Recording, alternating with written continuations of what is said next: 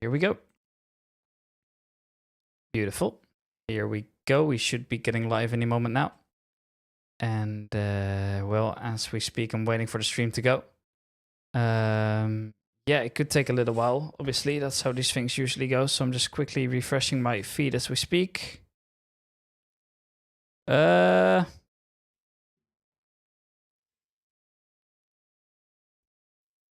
Chris, did you put me through?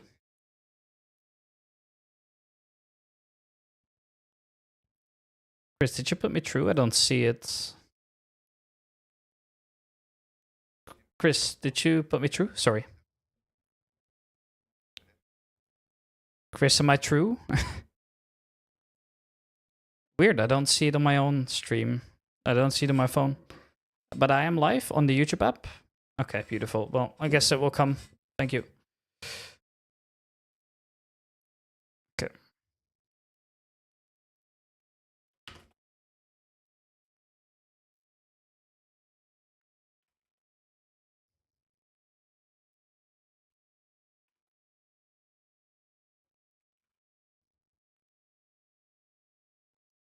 All right. Welcome, ladies and gentlemen. Hope you guys are all doing great. Welcome to SRO Competizione. It's been a good while here, and today we've got a long one as well, 2.4 hours. For some reason, I had 100 minutes in my head here as well, but turns out it's not the case. Anyways, here we've got somebody else on the mic as well now, so we're duo for this time around. Welcome, Radil. You can unmute yourself, and perhaps if you want to introduce yourself in just a second, as I'm going to swap over scenes to ensure that you guys can hear him too. Amazing, let me know. Yes, just gotta figure out how the volume is now, so if you could just keep speaking for a while, then... For sure. Yeah, I want to thank everyone for allowing me on the cast today. My name is Alex, or Radio C. I'm an esports broadcaster out of Humber College in Toronto, Canada, and the folks here were kind enough to let me on to the cast today to check things out, and I'm very much looking forward to spending the next little while watching these races and getting the chance to talk here with Rick and check everything out as it pertains to the league. Yeah, it's been a good while since I've had somebody on the mic with me for a proper while, so yeah, very glad to not be doing it alone, because these 2.4 hours event are killing, let me tell you that much. Now, I just noticed that the volume is actually set incorrectly because I played the game, which I shouldn't have done. That's a mistake. Yes. Crashed out at Silverstone. Don't do it again. It's awful. Of course. No, well, it is always a bit tougher on the solo cast, so hopefully we can make things a bit more interesting for the next little bit here. It's the thing as well, right? You have to keep in mind that when you're doing a play-by-play broadcast style, like I normally do with Counter-Strike, my main game, things are obviously very different, and you can't pay attention to all the details on a solo broadcast when you know you're supposed to be talking all the time on a motorsport style broadcast here. But anyways, that shouldn't matter too much here, as I'll once again be trying my best here. I'm going to be explaining things throughout the session as well, to ensure that the co-commentator also gets everything I'm saying here. So he's new to, I wanted to say casting in general, that's not true. He's new to casting sim racing though. And specifically SRO Competizione. Yeah. So already off to a great start.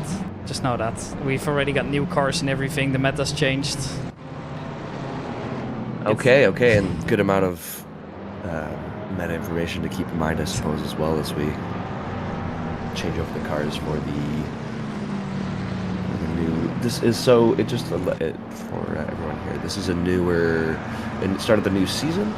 No, these are just some special events. The new event will start soon. These are just events to prepare for the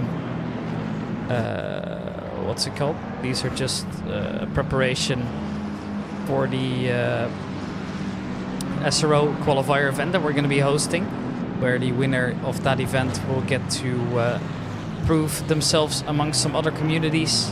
They're going to be fighting it out for some spots at the SRO finals, which I believe is in London, if I'm not mistaken. And these events are just to warm up. Then we're going to be running our own qualifier. The winner of that will get to represent us, Amigos Racing League, around that event. And then maybe one day we'll see him on the big LAN tournament. You never know how these things go. Yeah. How was the stream quality for you now, as I'm sharing 2 screens at once and my internet has just died a couple seconds ago? On my end, it's just getting a little bit of lag. Yeah, we'll have to just do with what we have. Normally it's always so easy to be, in the game yourself, but unfortunately that wasn't an option now. But yeah, Bathurst, a track loved by many, but hated by even more.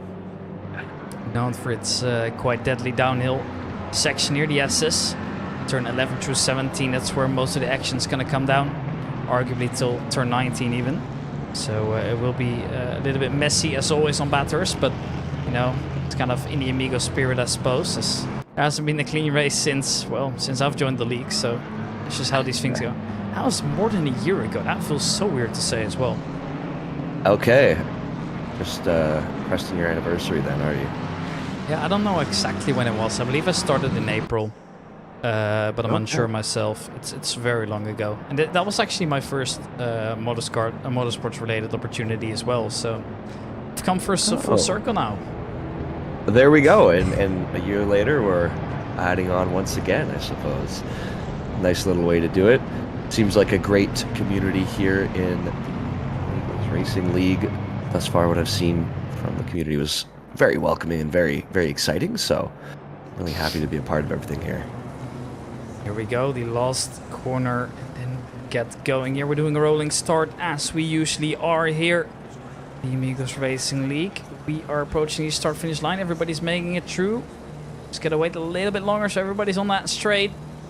The tension is rising as we are about to get underway with a 2.4-hour event this time round over at Bathurst. The start seems to be relatively clean. Everybody making their way through the first corner safely. Now up to the quarry they'll go. So far, no incidents. All good for now here as they all make their way through here. Everybody got to take it a little bit easier as well, because keep in mind, this is an endurance race. You don't want to be ruining your race because of some heroics into turn 1. As we now go to the downhill into turn 2 we come.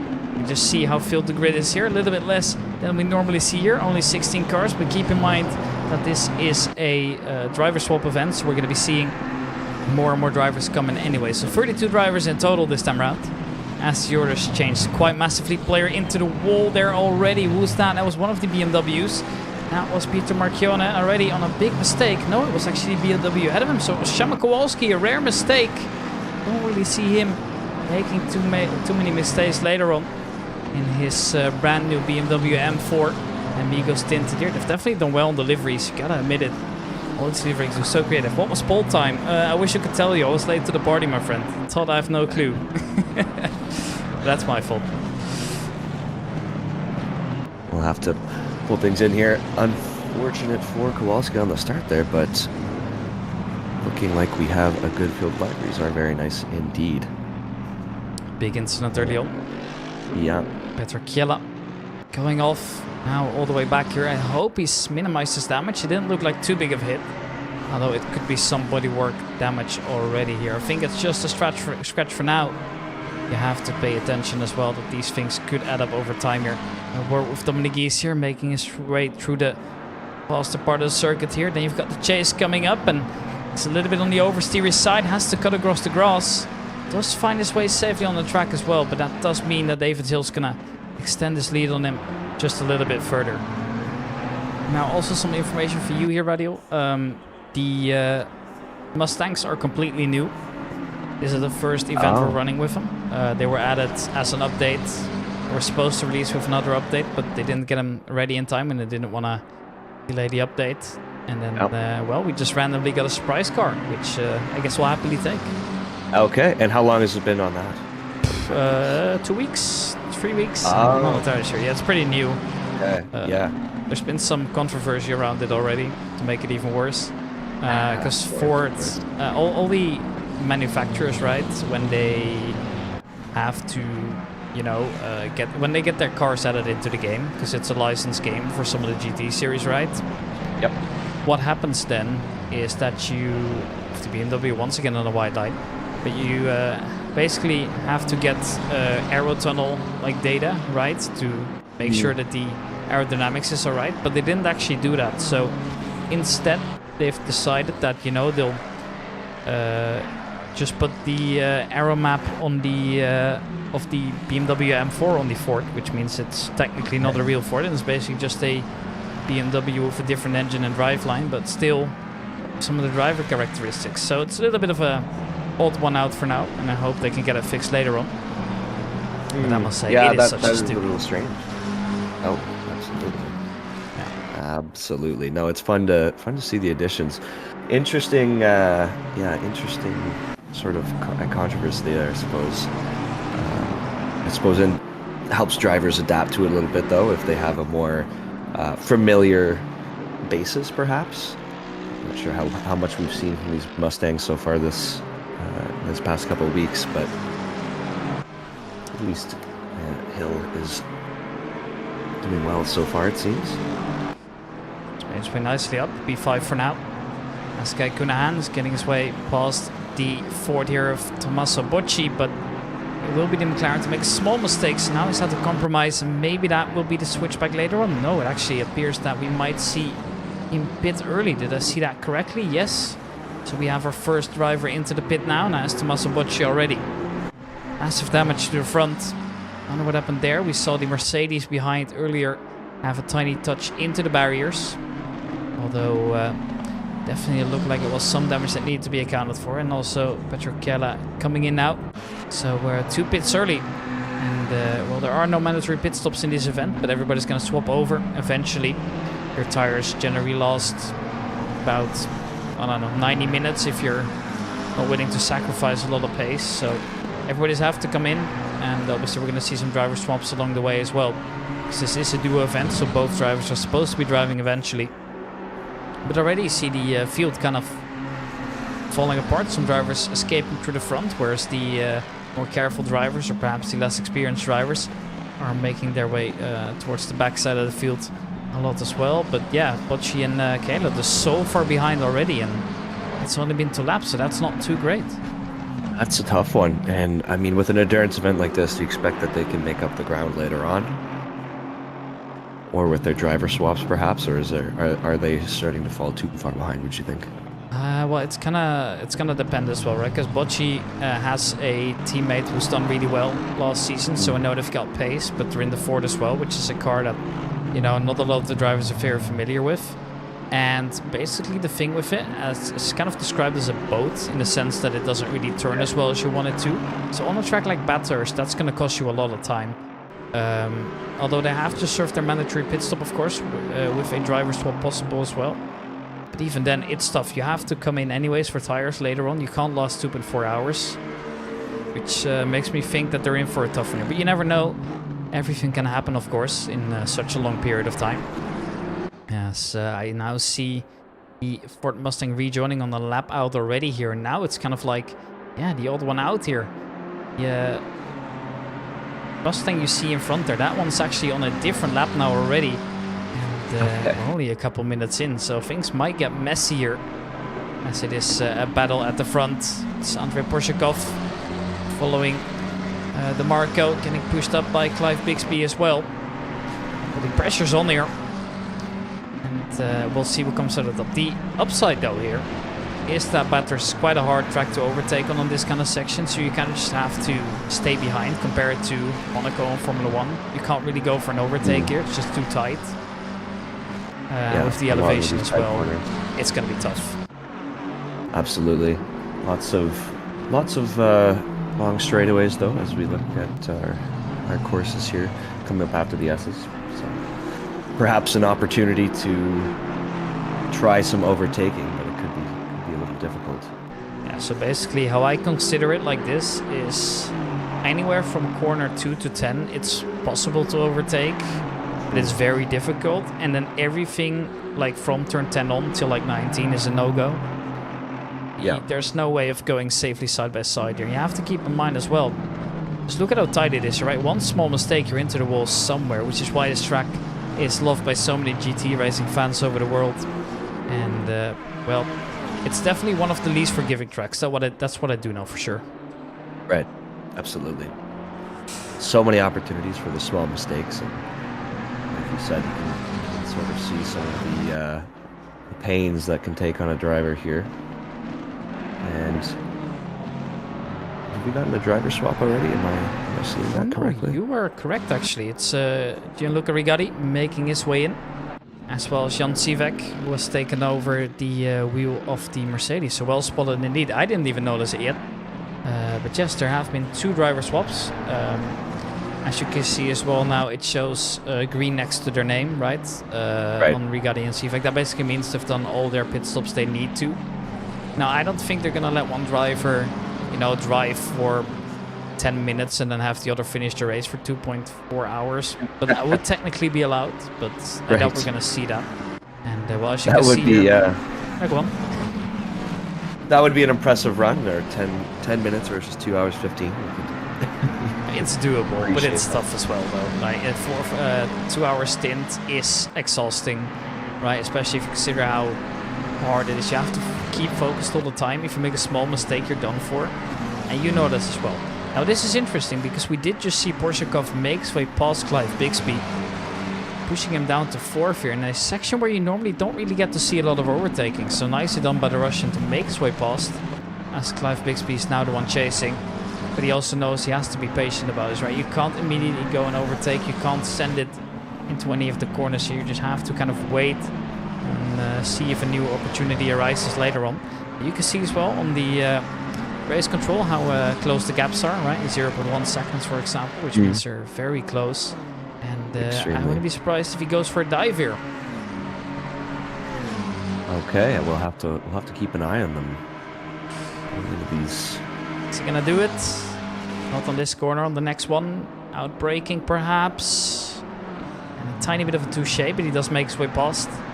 Don't think Porshakov will be very happy about that one, but Clive Bixby does move up to 3rd position for now. But I guess you could say something about the cleanliness there. It was a tight little touch.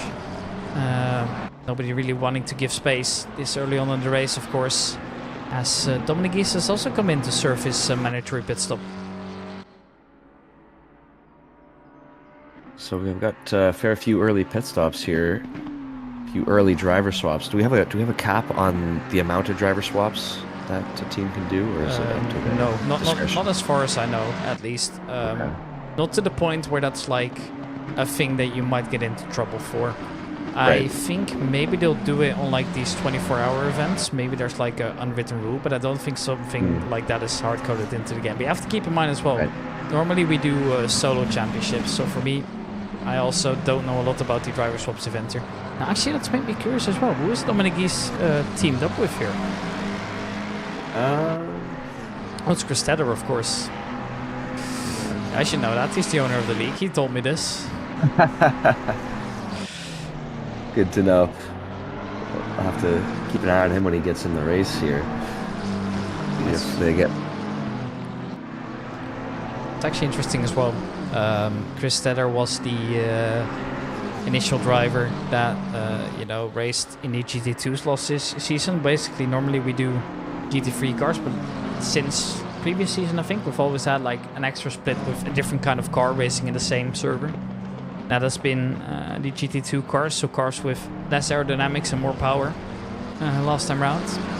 And now we've got Porsche Cup cars coming on, and I believe, if I'm not mistaken, we have seen Chris Tedder hop in the Porsche Cup this time around. He was in the GT2 early on, so he doesn't really get a lot of GT3 action nowadays, especially considering he's mainly on iRacing. So interesting to see how he will fare later on. And I've got something interesting to point out here as well. We've got Jack Christie, but behind him we've got Richard Christie, family members. Racing runs through their blood. It's a set of 3. It's Jack Christie, Darren Christie, and Richard Christie. They all race in the Amigos Racing League, and they're all family, of course. Yeah. I just don't remember who Jack's dad was, whether that was Darren or Darren or Richard. Jack's the son, Jack's the youngest one. But I always mess them up, and at this point, I'm pretty sure during one of my first season, I turned their family tree into like a circle. So I've decided to just never point it out ever again. Correct. That's never a bad idea. Like, you know how they say during broadcasting, if you're saying something that's dumb, say it with confidence and nobody will notice. Absolutely. Just put it out there with your whole chest and everyone will just take your word for it. And that's what we do for 2 hours. 2.4 Yeah, well, hours. exactly. We got enough dumb things to say over the whole time. I'm sure we'll have to just get through them somehow. Yeah, exactly. I didn't actually do my homework this time around. Normally I have like a sheet of like fun facts about Bathurst as well. But this time, unfortunately, I don't. It was not really known by me that the race was starting an hour earlier, which is kind of my bad as well, I suppose. But, well, luckily we got it done in time. It was a little bit stressful, but, well. The order hasn't changed much, though. They seem to be quite static here. Porsche Cup overtook Bixby once again. Richard Christie going off. Yeah. Not too great here. That's going to be... The car actually looks relatively okay from what I can tell from the front, because I'm pretty sure it was a front-end hit. It looks drivable, at least. It doesn't look like it's gotten into him later on. Darren is Jack's dad. Thank you, Chris. Thank you for letting me know, Chris. Chris is in chat as well as watching the stream. But the damage looks alright on the McLaren for now here, so I think they'll be able to stay out at least. Although it is perhaps a little bit scary as well. No, I always mess up the free, so if you do at some point, I don't blame you at all. And once again, it is Porsche Cup versus Bixby here. This time Bixby down the inside. Makes his way past nicely. Coming into Hell corner. And now just gotta make sure that he can stay ahead here as well. This is where the Fords are really strong as well. They've got quite a bit of straight line speed here. Which they lack in the cornering. They make up on the straights. So depending on the track, it could be a potential very strong car. But at the moment, we don't really have enough data here. Just look at how they're on the limits, making their way through here on the uphill. Just so much faith in the car, so much faith in the other drivers. You have to see it as well. But I don't think the order is going to change anytime soon. Oh, things might be sitting static here for a little while as people begin to get into the groove of things. And still waiting on a few of these later team members to catch up here. I think that, a few more drivers to look out for here coming into the race later on. Yeah, that's the thing you have to keep in mind as well. When you race in an endurance race, right? Because if you're in a 15-minute sprint race, you're gonna be feeling the pressure to go for an overtake way more than you are in, let's say, a 2-hour race, because you know that you could just wait for your opponent to make a mistake and you can just see if, you know, there's an opportunity later on and you don't have to commit yourself to anything crazy or dangerous. Whereas with the,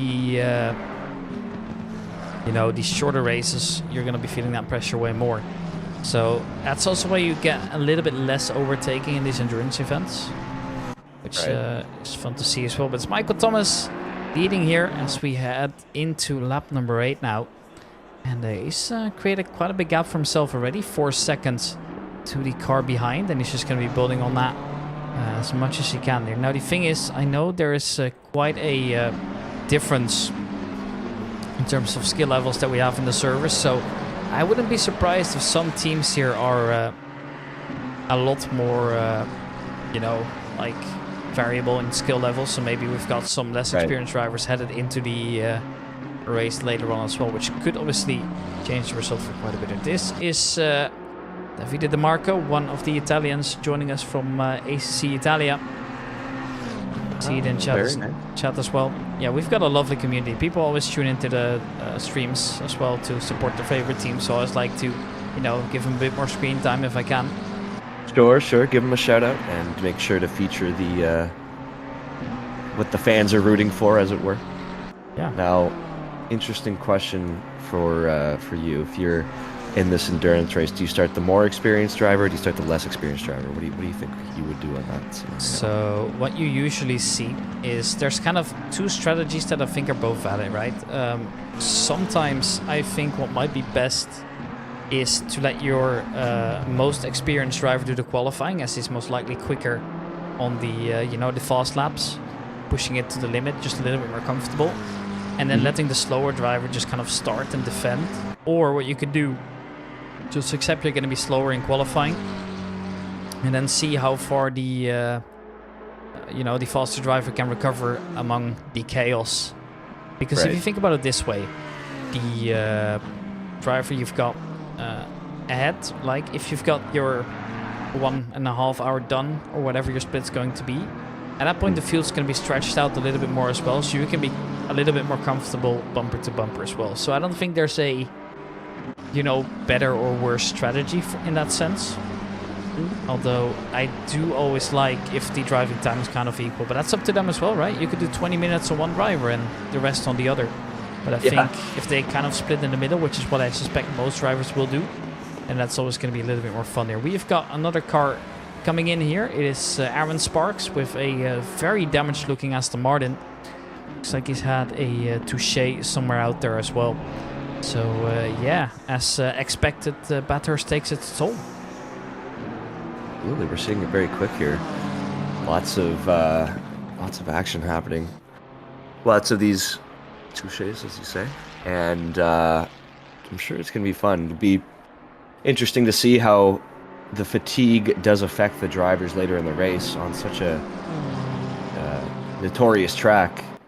When you get a little bit tired when you're there in the final few minutes before your driver swap, or if it's at the end of the race, even worse, then you wait to see how these corners take their toll on someone. Yeah, the thing is mainly, right, these guys know the track blind. They can probably drive with a blindfold and make it through a lap. As I say, that's Marcione going a little bit too wide and touching the barrier, but only slightly. I think for me, the main concern is not necessarily fatigue, just one small moment of focus that could really mess up your race, right? If you're just like caught slacking in one corner, you're done for on this track. That's just how it is. There's basically zero, you know, ways to get out. You're always into the barrier. There's no runoff anywhere apart from like the non-hilly part of the circuit, and that is a big shunt as well.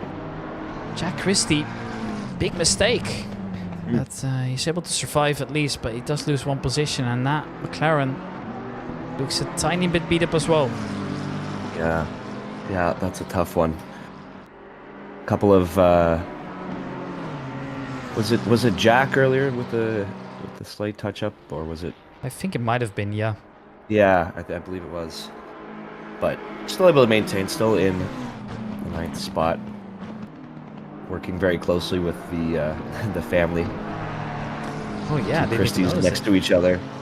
No, this is actually Richard Christie. So, as you can see here, basically this is the gap to the driver in front, right? So he's close to Marcione, but Richard Christie is still like 9 seconds away from Jack Christie. So you always got to look to the driver above here, see what's going on here. And lads, I would appreciate as well if you guys could keep the chat in English as well, as it's the only language we could moderate. Would be very much appreciated. Now we've got a lot of international fans out there, mainly Italian ones. We love you guys, but we also got to make sure that things are civil. And no, you don't need to be sorry. I'm just letting you know it's all right, my friend. Don't worry about it too much here. Andrei Porshikov is quick. Just look at how much he's pushing that car to the limits here. That might cost him. Look at how aggressive he is onto the grass. He wants this, you can tell. That looked so tight. But he's able to make it through. Man. And now also finding himself on the back of Clive Bixby again. Yeah, once again, this has been the story of the race so far. Bixby, Porshikov, back and forth. What a great battle. It's a blue flag in the way now. That is, I believe that might be the car of, who's that? I can't read the driver number from there. Is that 18? Is that the driver number? No, there's no 18 on the field, is there? Who's that? I can't tell who it is, but he's past him now anyways. That's sometimes what happens with the blue flags. Good recovery here. And, well, Andrei Porshikov now needs to get chasing again here. It's lost quite a bit of time now on the faster part of the circuit, so he's very comfortable on that downhill. Let's see if he can open up an attack later on here. Porshikov for now, 1.7 seconds away, so at the moment not really. Although you never know what changes here. Now, Bradley Nielsen Vestergaard has made his way into the car as well. Haven't really talked about him. He was one of the GT2 drivers last season. Finished last place, I believe, but was very consistent throughout the season and showed up every single race as well without ever giving up, which is very much appreciated. He's teamed up with Harry Howard, a British lad who is new to Amigos Racing League. So is Bradley, by the way. This was both their first season. I recall correctly. And they're driving Harry Howard's car around. The livery hasn't changed at all as far as I can see. So Bradley has become an honorary Brit, it appears. And they're tackling this race together here. Now, I think most of the teams will stay the same during the qualifier, which is exciting as well. So they're getting that time to, build up the chemistry, have a lot of fun on the sides as well here. Some teams arguably a little bit more serious than others here. But, for example, the current let's say top 10 here, these are people that I all consider to be top contenders from what I can tell. These are all people that I consider to be close to a spot. Guy Cunahan, for example, is a driver that, you see very often at the top of Split 2. But there is still quite a big gap between Split 1 and 2. Although he has improved massively. Now, Dominic Gies and Gianluca Rigatti are also some of the finest drivers we've got to offer. Although obviously they've been, involved in some accidents. Aaron Sparks is a driver that I know for consistent performances in the Split 2 as well. And was on GT2 last season. Did a fair bit of damage. I think he finished 4th overall out of 10, which is definitely not bad. So also just giving you a little bit of context on the drivers watching. I've been watching them for over a year now. Whereas for you, you've probably never seen them, apart from maybe a couple messages in the Discord server. Yes, mostly just names thus far, as I've been keeping an eye on the chats and seeing as the lads get up to. But it's exciting to see them race for the first time and see where they place. Also, but very important to know the context, as of course not always does the performance in a race like this necessarily equate to the performance that they've had historically. Especially in a warm-up style race like this, where people are still sort of getting their footing, as it were. Yeah, the thing is, though, right, everybody at this point is comfortable about any track to the level what these are, well, very serious drivers that are really impressive what they're doing. Right, I'm 10 seconds off the pace of these lads, which is incredible, really. I don't know how they're doing it. They're pushing these cars to the limit. And for me, I think the format is obviously a thing that adds a little bit of a tactical layer, right? Some drivers are better, when they're driving up alone, just focusing on their lap times, better at tire management, whereas others, are better at battling it out wheel to wheel. So therefore, you've also got a lot more decisions to make. And as well, how many swaps are you going to do? 2.4 hours. Most drivers are going to be doing one, I suppose. Although I wouldn't be surprised if at some point we might see a couple drivers swap a little bit more often here. And have you noticed yet here on the timesheet that we have here on the left, we've got 2 fastest laps, identical laps. Both Thomas and Bixby. Yeah, that's very a impressive. 1:8:12. Yeah, it's not something you see every day. No, 2 on the exact to the second. So clearly the gap is not that far in terms of optimal or optimization, as it were. Yeah. Now I noticed as well, we've got Todd Brown in the chat. I don't know if he signed up for this event. I don't think he actually did. Gotta double check here. No, I don't think he did actually. He's not there as far as I can see. But he's also one of the drivers that's really quick, and he was at the top for quite a few races here. Now finally some wheel-to-wheel battles to make it even better. It is Christie versus Christie. Mr. Christie here we're aboard with in the grey McLaren 720S Evo, as the green car behind is Jack Christie. It looks like the older generation's coming out on top for now here. Although this battle obviously could last a little bit longer here. The gap currently between them is roughly 0.4 seconds as they are getting ready for lap number 13 here. Now the interesting part is I know that Jack Christie is quite an aggressive driver. I know Richard Christie to be a little bit more stable. A little bit risk averse compared to Jack here. Although I have got to say as well, I have rarely seen Jack Christie made a mistake. Like if I look back at previous seasons, I remember there's one, I believe, where he like kind of, slipped up and went very wide. And other than that, I think he's kept it clean for now. So if I'm not mistaken, he might have been one of the drivers as well with 0 contacts throughout the entire season, which is in Amigos an achievement on its own. Well, to be celebrated nonetheless, because that's a very good feat. And I mean, I suppose there's some context behind that too, based on being impressive in Amigos on itself. So Yeah, I mean, we try to do it our best, but you also have to keep in mind we have got people driving from 3 continents, maybe even 4, but 3 that I know of, online. So we're always gonna have some kind of issue, and latency obviously does play a factor into this, less than it would in FPS games, for example. But even then, it's a little bit tough here. What have we got here? I found an interesting message in the chat here. What does he read? The best driver is yet to get the wheel in his hands. That must be Rosario Piazza himself then. Oh, we'll have to wait and see. Rosario Piazza, okay. I don't see him on the field actually, so maybe he's lying. Maybe he's waiting for one of the other drivers to swap around. That's first teams that pop to mind when I see it are ACC Italia and ACC Italia too. Right now we've got 2 of them out there here, and I believe that is Davide Marco with Mirko Kusic, and then we've got Piero Marciona as well as Antonello Pina. And I think right now who's driving? It's Marciona. So we'll see what happens after the driver swap. I think those are the drivers you were referring to, right? Rosario? I mean, judging by the names, surely, but that might be a little bit stereotypical as well, so I gotta be careful with what I say. That's true, that's true. Never want to put too many airs on. I mean, at this point, I'm invincible. Like, I'm their only caster. They don't really have a choice, do they? Although that might change. If you're gonna be replacing me, I'm gonna be ending up real sad. Although, I don't know about that. We'll see. I don't know about that. We'll have to do some serious legwork on my end of things. Yeah, I mean, I'm always happy to help, right? That goes for everybody. Way was interesting in the, you know, everybody was interested in commentating. Let me know. Regardless, once again, come into the pits. Is that going to be Tommaso Bocci taking the wheel then? Now, I've got a kind of a special relationship with Bocci here, because Bocci puts in a lot of effort into his liveries. There are no templates yet for the Ford, so therefore he's kind of limited to the in-game editor for now, and that's been the disconnect for them. I think they're out. That might be your first DNF here. Oh, okay. Only 47 minutes into the race thus far.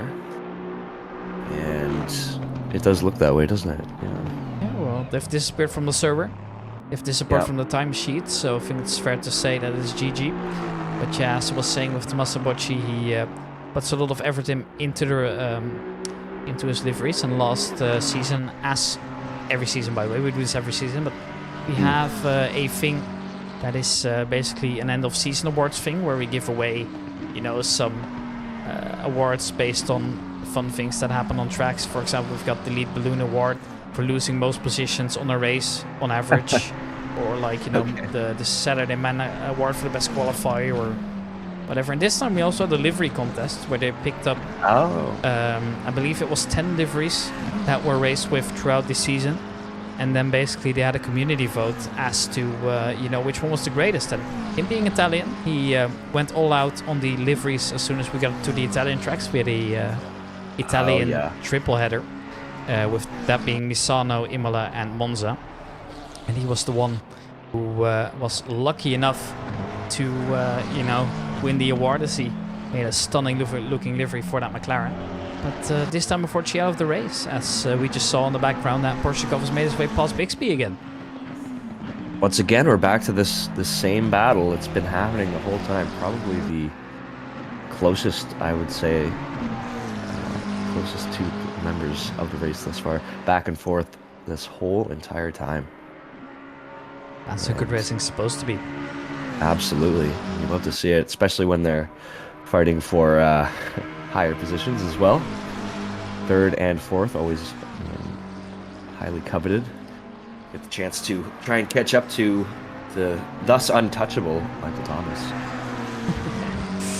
All right, now I think it's time for me to also tell you a little bit here.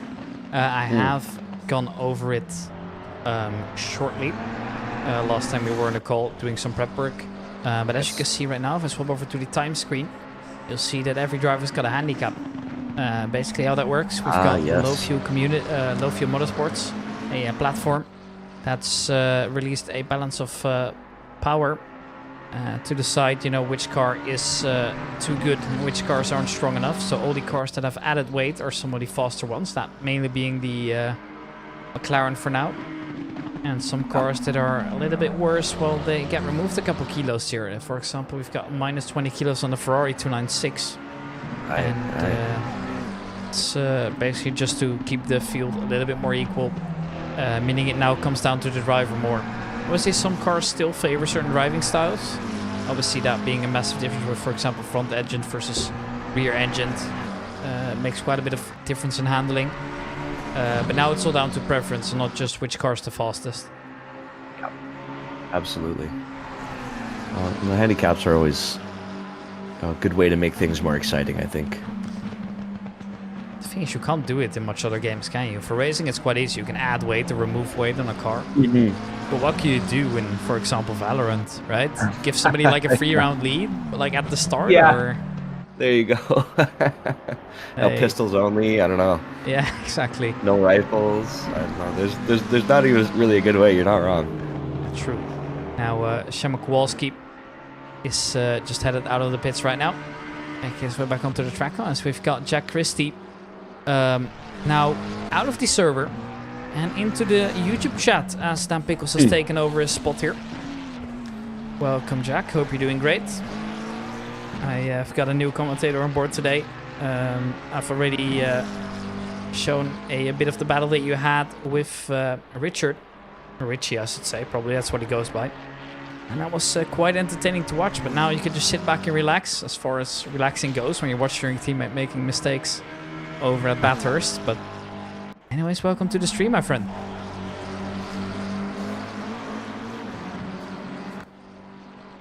And Sparks into the pits as well. I think this might be the swap now to the only driver from Africa that we have on the server. Oh, very Samuel nice. Mbugua from Kenya. And I will also tell you something interesting here. Okay, so what's the best way to play a game in terms of equipment, like racing game? The wheel and racing wheel. Yeah, well, he's just completely disregarded that. He's playing on a controller. Doing an endurance race on a controller in such a difficult game like this is something I have massive respect for. I wouldn't be doing that myself. That does seem, in this style of game, you know, I can imagine it's... And I can't imagine anyone else is using controllers. Must on racing wheels, I'm sure. It's the equivalent of playing Valorant on a steering wheel, I think. Now, maybe that's a little bit too extreme, but, you know, if you've played FPS games, you know how difficult it is if you've played a controller without aim assist, which I don't think Valorant offers. No, I think that would be probably a fairly apt comparison, because the skill possibilities on the keyboard and mouse versus something like that would be very high. So for Mbuga to be able to keep up with everyone, that is indeed very impressive. Jack Christie had a horrible end of the stint, just some stupid mistakes. Yeah, well, it happens, mate. That's Bathurst for you. Probably the worst track to make a single mistake on. Every single mistake could be the end of your race. Now, interesting enough here, we do see Jan Sivek currently having a little bit of a better stint here, as lap times are improving by quite a big margin. And on top of that, a damaged McLaren turned into a repaired Mercedes, not McLaren. Turned into, well, a car that's now actually looking quite good here. Leaving Guy Cunahan, Niels Vestergaard and Aaron Sparks behind. Having not bad at all. Aaron Sparks is still repairing that car. That's a little bit worrisome. Yeah. It's going to take quite a while here, but that damage also looked pretty major. And I wouldn't be surprised if there was maybe some kind of suspension damage or something along the lines of that as well that could have played into a factor. Because basically, if you got suspension damage, you have to come in. There's no way you can't come in with suspension damage. Yeah, as he's not... is there any penalty to swapping drivers here, or does he have to get the car repaired regardless? No, not really. You can kind of choose what you want to do in the pits here. There's no pit requirement apart from just pitting once and swapping drivers, but it all comes down to the event. So for example, normally what we do is we have a solo event, and there's only one requirement, and that's you fill up the minimum amount of fuel, which is 1 liter. Okay. And other than that, you're free to do whatever you want. So you'll often see that, you know, if a race is 60 minutes or 75, people will tough it out. But from 90 minutes on, most drivers will swap tires. As at that point, it does start to affect lap times a little bit more. Now, you can do multiple things at the same time. So you can repair your car while also doing fuel and such. So you can play around with that a little bit here. You could drive the car to basically empty, because then you're going to be lighter, right? So it's going to give you a small advantage. Although I think it will be a little bit marginal, to say the least. Right. But I suppose sometimes that those marginal decisions can sometimes have a larger impact on the race overall, depending on what you're battling for.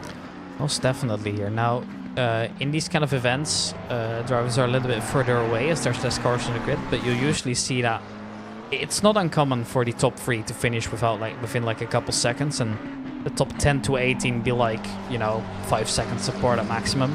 And in that case, an empty versus a full car could make just about the difference between finishing P10 and P18, which is quite a big difference. Right. And Jack Christie, you're saying as well, you missed me flip the car in practice, went on my side and flipped over. So you basically did what Aaron Sparks did in that one video that he sent, where he crashed so hard the game sent him back into the pit lane by force, which it basically never does. Don't know how he's managed, but... That's impressive. I mean, even then, like, I can't last a single lap even if I wanted to. I could try my best on this track, but it's just not going to happen. Not a driver, but a commentator, is that it? Yeah, I mean, I don't know how it is about you, but this is the reason that I got into commentating as well. I wasn't good enough to play the game anymore, so I just started to, you know, talk about the game instead, and then that was it. That's it. Yeah. That's exactly it. That's exactly it. That's why I like doing what we do, because you get the chance to still be a part of the events, and there's a little bit less of the, you know, not the pressure necessarily, but I don't have to be good at the game and moving my hands around and doing all that. I can just enjoy the event and talk about it. Big mistake here made by Andrei Porshikov, and he finds himself not only into the wall, but also now into the wall behind Clive Bixby again. So he's now made his way back up to P3. And once again, they swap positions as the McLaren of Andrei Porshikov is just struggling to get around now. The damage does look minor, but it might be worse to the side here. But now also quite a big gap between them as well. How has he done that? Well, he went onto the downhill, and then he made a small mistake, tried to correct it, but there was no saving it. And he ended up on this roof, if I recall correctly. Which is pretty impressive for a game like this. Now, I don't know, do you know my background when it comes to like gaming and esports, by the way? Counter-Strike player? Yeah, Counter-Strike. So I used to Or play is that he game. broadcaster? No, I mean, I Yeah. played the game like in a team and such, right? Oh, okay. But the furthest I've ever got, it was like the ESL Benelux close qualifier, and that being the biggest tournament we had in the region at the time. But never made it past close quals. And at some point I realized, well, I'm putting 4 or 5 hours a day in, not getting me anywhere. So I decided, you know what, I'll just stream the matches, because I wanted to be involved in it with some way. And then how I got into the game is by accident, in terms of ACC. I was asked by a former team in Counter-Strike that made a swap to sim racing. He asked me like, hey, do you want to do a race over at Kialami in ACC? And I was like, sure, I'll buy the game and I'll do it. So I bought the game and he bought me the DLC. And then the event actually never ended up taking place. And then one of the guys that was in there, in that league that was supposed to drive, is the current teammate of David Hill, that being Chico Lanevar. And he was like, you know what, I kind of feel bad for you. So, you know, why don't I just invite you to Amigos and see if you can help out there, and stuck with him ever since. Oh, okay. And that would be about a year ago now, you said, based on your a little bit timeline. more. I did spend a little bit of time in the server as well, getting myself familiarized with the game. Right, and some people helping me with the technicalities, because it is just a very complicated game. You don't really see this on the outside, but it most definitely is. But yeah, I got the opportunity, and I'm very glad I did, because now it's gotten me into where I want to be, which is becoming a IRL motorsports commentator, which I'm starting next Sunday, which is beyond exciting. Oh, wow, that's incredible! Congratulations. Thank you, mate. Thank you. That's huge. It is pretty huge. Now, I'm lucky to live 15 minutes away from a racetrack, a permanent racetrack that is. City Circuit also, which is an absolute blessing. If you follow MotoGP, then you probably know it. It's quite a big track, permanent track as well, FAA Grade 2 if I'm not mistaken. And yeah, you know, I just started emailing some companies like, hey, I really want to be a motorsports commentator. Do you have something for me? And some companies were like, yeah, we might. So come down here and we'll see what we can do. And well, that's how that evolved. So yeah, it's kind of cool. That's right. That's really cool. Yeah, the opportunities that you know, these sort of leagues can provide. The opportunity to, you know, make some or get some experience, as it were, and then also fall in love with it. It sounds like as well at the same time. Yeah, I mean, I'm very passionate about it. When I quit Counter-Strike, I didn't touch the game for like a month or two, and I was kind of bored, and then that kind of reignited the passion for motorsports, which I've just kind of forgotten about because I was so into Counter-Strike. Right, I was just all I did all day. Oh, Andre Porsche Cup, stay within the lines, my friend. You are pushing it very hard, which I'm on the one side really enjoying. It's also a little bit risky. Just look at how close he's to the wall everywhere. He is feeling it right now. He's on the limit everywhere where he can be. And he's making up so much time through the downhill section because there's nobody willing to be as close as him, which just shows how much control these guys have got over their car. It's incredible, really. It is, and I mean, he's looking to make it pay off here as he wants to get back up to near Bixby, which we've seen all race. But I think I suppose after the mistake earlier, he fell behind a little bit. Yeah, that was where we saw him lose the time, and I wonder if that's left any permanent damage that you're gonna notice. Not know the livery. I did sync the livery, so that's weird. Running new Amigos League. Wait, let me check. Chris Tedder's teamed up with Dominic Gies. No, it's not loaded in for me. I did load them all in, but I did get a couple errors as well, so I'm not entirely sure as to what it is. I got the same with Andre Porsche car, I believe. So I'm not entirely sure what has happened there, but I did see them, and they look absolutely stunning. But I don't know what's up with my awesome sim racing nowadays. It just doesn't always work properly. So I'm afraid it won't be here for the rest of the stream, which is a shame. That's just how things go from time to time, I suppose, here. Wonder of technology, as usual. Yeah, it's weird. Basically, Awesome Sim Racing is the program that we use to synchronize deliveries across the server, so you can download other people's liveries. Right. So you can see them when they're driving. So you can see them, but unfortunately, it doesn't always work, and it gives some error on some of them. As well, the order towards the front hasn't changed at all here. It is Thomas still leading, followed by Davide De Marco. With 6 seconds behind already. They're catching up to drivers fast here. As you can see, that is the car of Harry Howard there. And well, where do you let him by? That's always a little bit tricky as well. You don't want to be losing too much time here, but obviously the McLaren's got right of way as well. I think they've just about managed here. Obviously, it's not Harry Howard into the car now. It's Niels Vestergaard, of course. And yeah, one of the new kids on the block here. Sharing the car, you said, with Harry Howard. Yes, correct. Both new drivers here sort of kind of teamed up for the event, which is very entertaining to me as well. You've got quite a few drivers here that I normally wouldn't see combined, but they have just, you know, combined forces for at least these events, or people that I didn't even know that they were like friends, right? So usually you kind of have set duos for these kind of things. Right. Everybody kind of has their go-to teammate, right? For example, we've got, well, they're disconnected now, but Tommaso Bocci and Gianluca Rigatti, they represent the same team. Normally we have an Italian clan in there as well. And they, and for our squad, of course, they also have like their own set teams within the team, you know, for like driver swaps, events and stuff. Dominic Gies has got a set teammate, but this time he's ended up with somebody else as well, so that's interesting. So it's fun to see some extra spicy duos out there, and David Hale now headed into the pits. Porsche is as well, and I wouldn't be surprised if we're now getting Chico Lanefire into the car. Ah, that would be interesting. Yeah, we'll have to keep an eye on it as we're approaching the halfway point here. I'm thinking we'll start to see the swaps more. And in these top tier, you know, 1 to 5 positions, that'll totally change the matchups you would expect. So that's the thing as well, right? When everybody does these driver swaps, most teams tend to do it at the same time. So it's kind of still a one-on-one, just with 2 different drivers. So it's not like everybody faces each other, right? If they both come in at the same time, or roughly the same time, they'll be battling for maybe maximum of 1 lap before the other driver comes in. So the duels do change, but not necessarily in the way people expect them to. At least that's what I really struggled with in the beginning. Seeing who was actually pitted and served their pit stops, as I didn't know that was what the green color stands for. But yeah, now we've got new players into the car. Chico Lanevar's out there, as that was to be expected, joining the track on P7, but he's coming back from quite a big hiatus. He was away for, I believe, 1.5 season.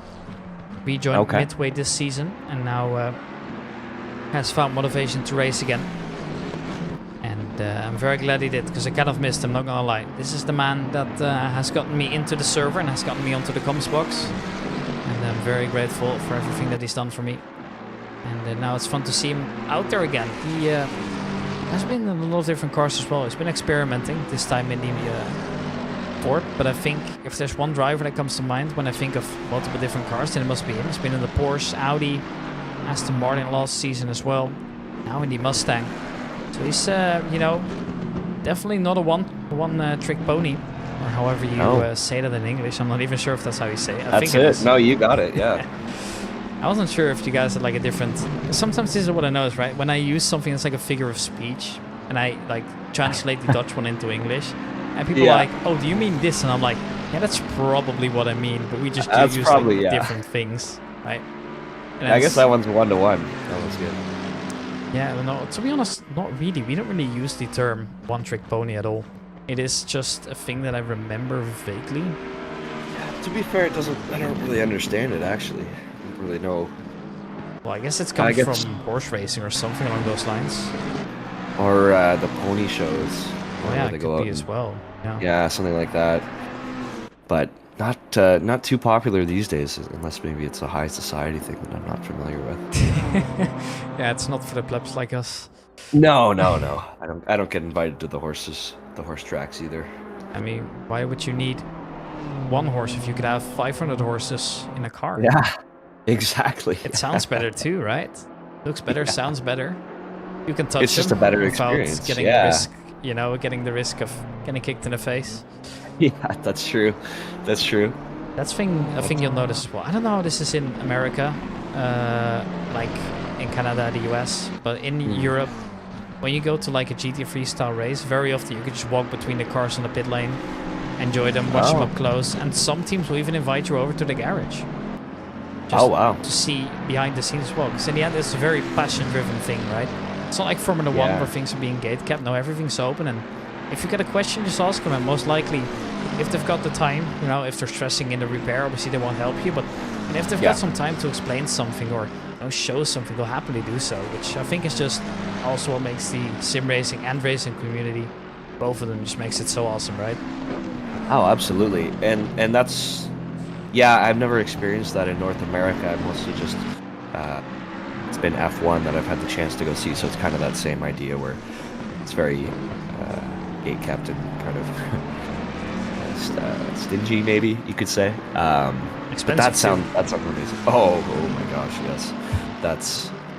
That's the biggest problem. And I live, like I said, in Toronto, so it's quite the trip if I want to go out and see any racing in person. Well, you've got Mosport Park, which I actually raced on in Santa Corsa myself. It was quite fun. Oh, nice. And yeah, I have another friend from Toronto, which we talked about a little bit earlier as well, right? And well, she wants to go to Mosport very badly sometimes, but it's quite a trip if you don't have a car. She's relying on public transit. She doesn't have her license yet, and then it's kind of tough. Richard Christie, small mistake. And that allows the lap car to come by, so it doesn't lose him a position on the spot, but obviously he's going to have to make that back later on. Yeah. As Sivek makes the corner, but Christie doesn't. Yeah. And yeah, we've seen a couple more driver swaps here in the meantime. We've been chatting. Chubetskov is in for Horshkov, and it looks like Hontke's in for Clive Bixby as well. So that's a set duo basically, these two, Nico Handke and Clive Bixby. They are set in. Dominic Gies I've kind of seen swapped around a little bit. He's been in multiple kind of duos, right? But it's usually these two. They represent Vivid Global Racing, another racing team that we've got on the grid. So we've got Vivid, we've got M4 Squatter Course, we've got Amigos Racing, obviously. Who else do we have? I'm starting to think here a little bit. I know there's a couple more. Padogaro Racing, which is Bocci and Rigatti. They've disconnected already. And then the rest is kind of just makeshift most. Oh yeah, Free CD Racing as well. Do we have a Free CD driver on the grid? I think we do. Richard Christie's out there somewhere. But obviously he's given over the wheel now. But he usually represents Free CD Racing. Well, we've got a couple on the grid at least. But these are... I believe it's Jack Christie and Dan Pickles now representing the Free CD colors. So I think it's the Christies as well as Dan Pickles. And I believe John Dudley, who isn't here today, but he was also in the mix some while ago. Like 2 seasons or 3 seasons ago, I'm talking. Okay. Not entirely sure what he's up to now. But that might vary here. Oof, that was a big slide there. Oh, man. From the Aston Martin of Niels Vestergaard. But he's able to recover, but he does lose his spot now. So Guy Gunahan pushed up. And P14 it will be here. The thing is also though, if you crash out into the event and if you quit for, you know, whatever the reason might be, you're also letting down your teammate, right? So that's why you usually see a little bit less disconnects, because in the end, you're not disappointing anybody else, which is a worse feeling than, you know, disappointing yourself. Absolutely. I suppose. So, well, so far the grid's kind of intact. We've seen 1 disconnect for whatever reason that might be, but the rest has managed just nicely here. Now we've just reached the 1.5 hour mark, so 90 minutes remaining. As this was a race that is 144 minutes longer. So we're getting close to the halfway mark now. And the order is currently as follows. It's Thomas leading, followed by DeMarco, Marciona, Nico Handke, Chico Leentvaar, Richard Christie, Trubetskov, Oliver Jewick, Sam Kowalski, and Dominic Gies to round out the top 10. Now we've got Dan Pickles, Jan Sivek, Guy Cunahan, Bradley Niels Vestergaard, and Aaron Sparks currently rounding out the field. And speaking about Aaron Sparks, I wonder when they're going to do that driver swap here. I suspect they go at exactly the halfway mark. You see Samuel and Bugua swap over. I don't really know how comfortable Aaron is in these endurance races. I wanted to say I've only spoken to him briefly, but that's not true anymore. We got a little bit closer as I went to Donington Park to see the British Touring Car Championship, so I flew over to the UK where he was my taxi as I stayed in Arizona. Nice. And, so I've kind of got to know him a little bit better. And well, so far he seems to manage quite well though, as the move here down the inside is made as well. So that's just another car slapping him here. Just ensuring that nobody gets into the way here. I believe that was the car of Trubetskov, if I'm not mistaken. That indeed is the case. So Trubetskov just managing nicely for now, as there's only 4 cars that still need to serve the mandatory pit stop. So it's just going to be a matter of time until they swap drivers, I suppose. Most likely. It's our top 3 here for the most part. So, I'm guessing they'll... You said the halfway point coming up at about 7.5 minutes.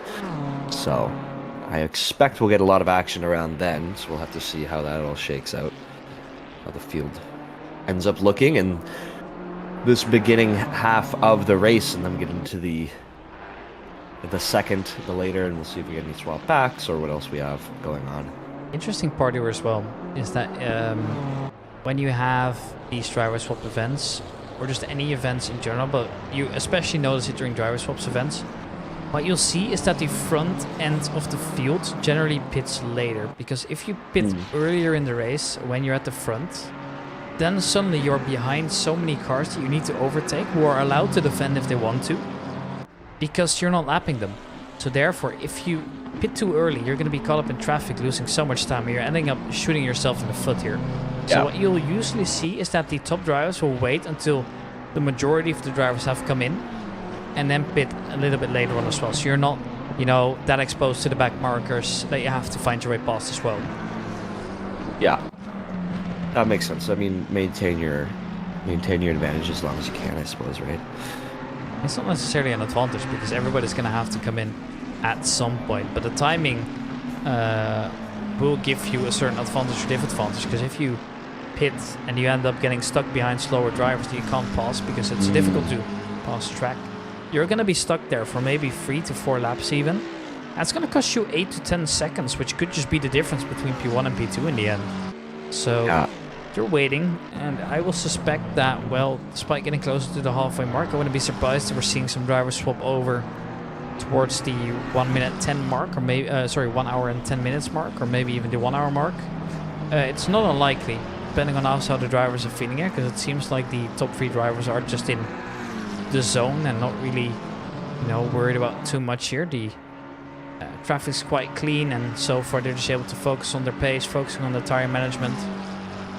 So I think it's either going to be the call, well, when's my car empty, or when do I get ready to do what I'm supposed to do and swap over? When is it like safe to pit to ensure that you don't get caught up in the traffic? Now, time will only tell, of course. As Chico Lanefar's managing quite well so far. He's currently doing slightly slower lap times than Nico Handke, so he is driving away slowly. But he's creating a gap towards Richard Christie. And I said earlier that John Dudley wasn't here. Well, he is. He's driving for Amigos Racing now. And he is teamed up with Richard Christie. So that's a small mistake by me later on, now corrected. But he is driving, so apologies for what I said before. It happens, right? You can't get every single detail right. As Jan Sivak, I'm not sure if that was a lag spike or him just touching the wall a little bit there, but a little bit weird. Making it way through the downfield. He's on the limit, you can see it.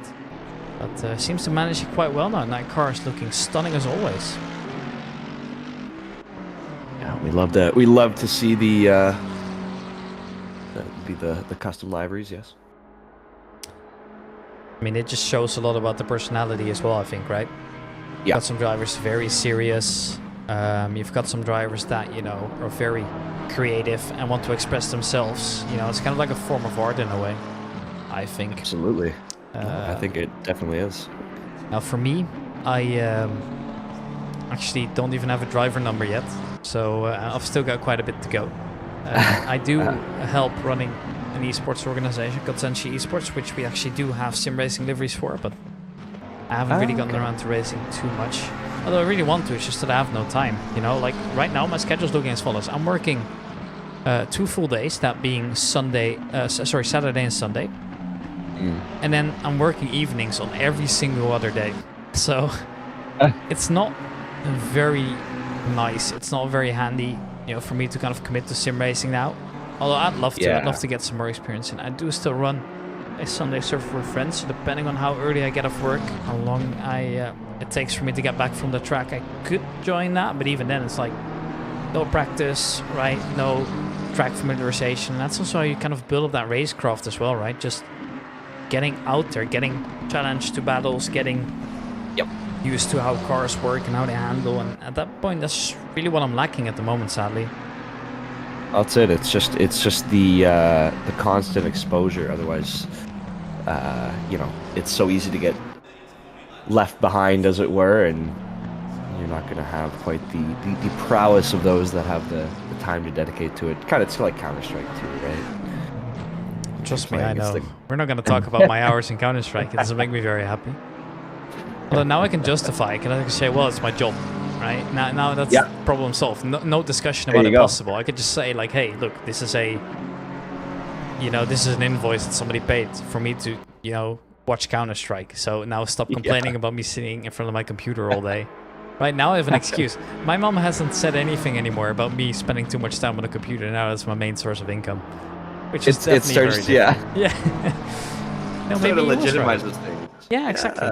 Maybe he was right all along. Now here we have another driver swap coming in. It's Mirko Ukosic, who has found his way into the ACC Squadra course car. That being team number 1, of course. They've also got a second team running here, which I believe is the team of Marciona. So that is the BMW, who's now also come in.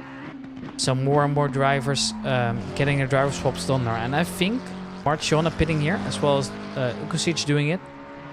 Logically, that also means that we're going to see Michael Thomas come in soon, because now he knows that he can safely pit, and this is also a nice way to kind of split up, the driving time between the drivers. Obviously, you also have to account some driver did qualifying for the 2, But yeah, there we go. As expected, he comes in, and he's now also going to be serving his mandatory pit stop. So I got it right this time around. I've been horribly wrong a couple times before. But no, it turns out this time I am right. They are going to swap drivers, most likely. As there's only a couple drivers here who haven't pitted yet. Christie coming in now will ensure that everybody now will swap over. So we've got 3 cars into the pits as we speak. As, well, that basically means that the entire field is swapped around by now. That should be it. Yeah, we're, I think, all done. Who we also have left? I don't think there's anyone. If they all swap, I suppose. But yeah, I mean, logically they should. Obviously, for example, Bradley Nielsen Vestergaard's still, you know, driving. He is going to change over, but he has served the pit stop earlier on. Same goes for Aaron Sparks, of course. So it's not entirely accurate. Darren Christie is still out there as well. Have we seen his teammate? I'm starting to think here if Darren Christie has shown his teammate yet. I'm not entirely sure, actually. No, it's Guy Kunan. We have seen him, yes. I just have to double check that real quick. Yeah. But there's still 3 to 4 drivers that we haven't really seen at all, or much at least. I think it's only a matter of time until we do. I'm excited for Samuel Mbugua to get behind the wheel, or well, not get behind the wheel, I guess get behind the controller, I suppose. Yeah. But yeah, that's where we see where they're going. I've tried it, and I can recommend you one thing: don't try it. Don't try it, okay. That's good to know. I was looking at my controller here, it's sitting in front of me on the desk, so. Well, have you bought the game yet? No, I just reset my computer yesterday, so it was a question if I could even make it today, but thanks to your screen sharing, we're able to make it work. So that's my bandwidth isn't enjoying it though. I can tell. It is mildly laggy, but as long as the mainstream is up and running, that's what's important. It's also we're like a continent apart, right? So that doesn't help in any way. True. Yeah, that's a good point. You're I believe 6 hours behind in terms of time, and you're also probably 5,000 to 6,000 kilometers away, if not more. I think that's the distance to New York actually, so it might be a little bit more because for some reason, and I don't know why. So I used to work in a theme park before I kind of committed to the sim racing comms, and I remember we had a sign that would like point towards where the rides were, right? That would like point like, hey, the roller coaster's this way, right? Yeah. And for some reason, and I don't know who did this or why somebody did this, but when they decided to get these signs printed and got them out there, somebody decided to add New York that way, 5,922 kilometers. But I just thought it was a very nice detail. So I think we might be 7,000 to 8,000 kilometers away then, actually. Because Toronto's quite high up there, right? Yeah, we're about 6 hours north driving. So Jesus. It's a few hundred at least, yeah. It's also, you don't notice this, but like, for example, I could drive for like I could drive for like a little bit more than an hour and be in another country. You could drive for 3 hours in, you know, any state in America basically, and you wouldn't even have left your, you know, your own home state, which is also just so weird, right? And let alone Canada. Canada is huge, but how does that work? It's not like states like in the US. What do you call them actually? We have provinces here, provinces and territories. Ah, right. And then what would be like a territory? Like what would be not considered a province? But Yukon. a territory? Oh, or Nunavut. Or the Northwest Territories. And these are just like the islands then, or? No, they're the northernmost point. So anything above like British Columbia, for example, it's like usually the one people know. So where that ends, anything north of that and east or west is a territory. It's just like a slightly different administrative style. I'm not entirely sure. It's been, 15 years since I took civics class. But I think that also, I guess the main difference would be that they're maybe a little bit more autonomous compared to the provinces, I suppose, then. As I guess it's a different culture up there as well, right? Yeah, it's much more focused on the native people and their forms of governance and their tribes and that sort of thing. So they get a bit more a different style of governance. Yeah, essentially. Yeah, but they're also much smaller. So. Yeah, fair enough. Then it's easier to manage because I assume the regional differences are way bigger than they would be, anywhere within one of the provinces. Yeah, exactly. I mean, like the territory is huge, but there's only few thousand people up there, so they kind of. Yeah, it's cold. I don't want to live there. It's too cold for me. No. I go to Scandinavia. Like I go to Sweden every year, and it's like -6 or -7. I'm like, dude, this sucks. Like it's fine because there's no wind. Like in the Netherlands, you have a lot of cold wind, so -6 or -7 or maybe -10 is like very manageable. Even then, I'm like, it gets -25 over there in the winter. I do not want to be there in the winter. Plus, you get like 3 hours of like sun or like daytime. The rest is just night. Doesn't it get depressing? Oh, it gets depressing. I grew up in Ottawa, and it's not quite Scandinavia levels, but when you the classic saying is when you get up for work and leave from work, you'll never see the sun if you work a 9 to 5. So you get those. That's depressing. That's really depressing. It's very. Yeah. Well, you might get used to it, I suppose, but I definitely couldn't. Not me personally. No, I could never do it. I had to move a bit more south. Next, you live by your own now, right? You moved away, or how does that like work? I don't know how the culture is in terms of like living on your own. I assume it's somewhere close to the US where you either live in dorms or have your own apartment. But we don't do dorms, so things work very different here. Yeah, it would be typical to do dorms, but I'm a little bit older, so I opted to just get my own apartment instead. All right. Sort of. Get away from all the people that you have to share facilities with. Yeah, that's not for me anymore. Getting into my late 20s, I gotta necessarily living with 18-year-olds. Yeah, that also. And I don't know about you, but for example, we have an American driver in the server that I race in, right, with my friends, and he also like wakes up like at 3 in the night, like twice or maybe even like 3 to 4 times a month, just because a fire alarm's going off because some idiot's cooking. I'm like, yeah, no, that doesn't sound too great. I already struggle getting to sleep, let alone to have to do something like that. I could never. Yeah, that's actually true. I forgot about that, but that's a huge part of dorm life. It's really frustrating. Or the drunk idiots pulling. Same people idea. party out there as well, right? Do they party in your dorm, or like how does that work? Yeah, that's a huge part of it. It's everyone, everyone gathering on the floor. No, it's always chaos over there. From what I've heard about it, I've never done it myself. Yeah, that doesn't sound like something for me, to be honest. I'm very glad that I just live with my parents. Keeps the costs low. Able to save up quite a bit of time, and I mean, I've got to travel like an hour to school. But if you're from a big city, your school's on the other side of the city, then it also takes like an hour. So. I travel the same. Yeah, absolutely. I don't mind it at all. I mean, we've got free public transit. I don't know how that works in Toronto, but. Yeah, I wish. I gotta get myself to Europe. No, it's not free.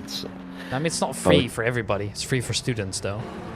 Yeah, no, they don't even give it to students. It's a discount. Still about $100 a month. That's not too bad, to be fair. Like, if I were to go to Amsterdam right now, without any, like... Let's say I were to go to Amsterdam and back from where I live, which is like a 2-hour train ride. I wouldn't be surprised if that cost me, like, without any discounts or whatever, cost me like 40 euros. Just... Oh, wow. Back and forth. Yeah, it's ridiculously expensive. But the thing is, there are so many ways that you can get around that, because, like, you've got so many different subscriptions that there's something for everybody. But if you want to, like, sporadically take a train, it becomes ridiculously expensive. Oh, if you sort of drop everything and go somewhere, it's just not. Yeah, exactly. Not that sensible. Now for us, it's technically free. And what I mean by that is that I'm able to take it for free, from I believe from Monday 4 in the morning to Saturday 3:59 in the night/morning. Oh, okay. And between that time, I can travel for free, on the premise that I do finish my studies, because otherwise I have to pay them back. Oh, okay. But I think you've got like 10 years to finish your degree. So it's not like it's just not like you know, let's say you were to get delayed by 3 years because you know, for example, try and chase something different. And that's no problem. But as long as you're like actively in a university or school, like registered, and you make sure that you have a degree at some point within 10 years, you'll be fine. Yeah. Okay with it, right? It's mainly to abuse people, to stop people from like abusing certain things. Because you could, for example, very technically finish school apart from one, like, you know, one subject, I suppose. And then just abuse it. Yeah, exactly. Yeah. So I guess that's also why they're trying to prevent it. It might not be 10 years exactly. It might be 7 or 8 or something, but plenty of time to finish up whatever degree you're chasing, I suppose. Right. Depending on how good you are at yours. I'm kind of struggling at the moment, but that's fine. Well, that's I regret part of studying life, right? IT. Yeah, no, I regret. I mean, not necessarily regret. I guess that's a big word, but like I don't see myself working there for 50 years. And then I did a minor in law, and I was like, you know what? I find this way more interesting, and so I'm probably gonna just continue studying afterwards, anyways. But like, well, you might as well. Yeah. I'm 2 fists deep. That's the thing. Like, there's no reason for me to now stop when I'm this close to graduating, right? The sunk cost fallacy. I don't know. I'm in the same boat. I might switch it myself as well. What do you We have study a right now? broadcasting. I'm taking sport management at the moment, but we have a broadcasting diploma at the college. So That sounds incredible. Can you fly me over there right now? yeah, I'd happily do that, you know? come with your friend and then come to Humber College. It would be great. Get ourselves.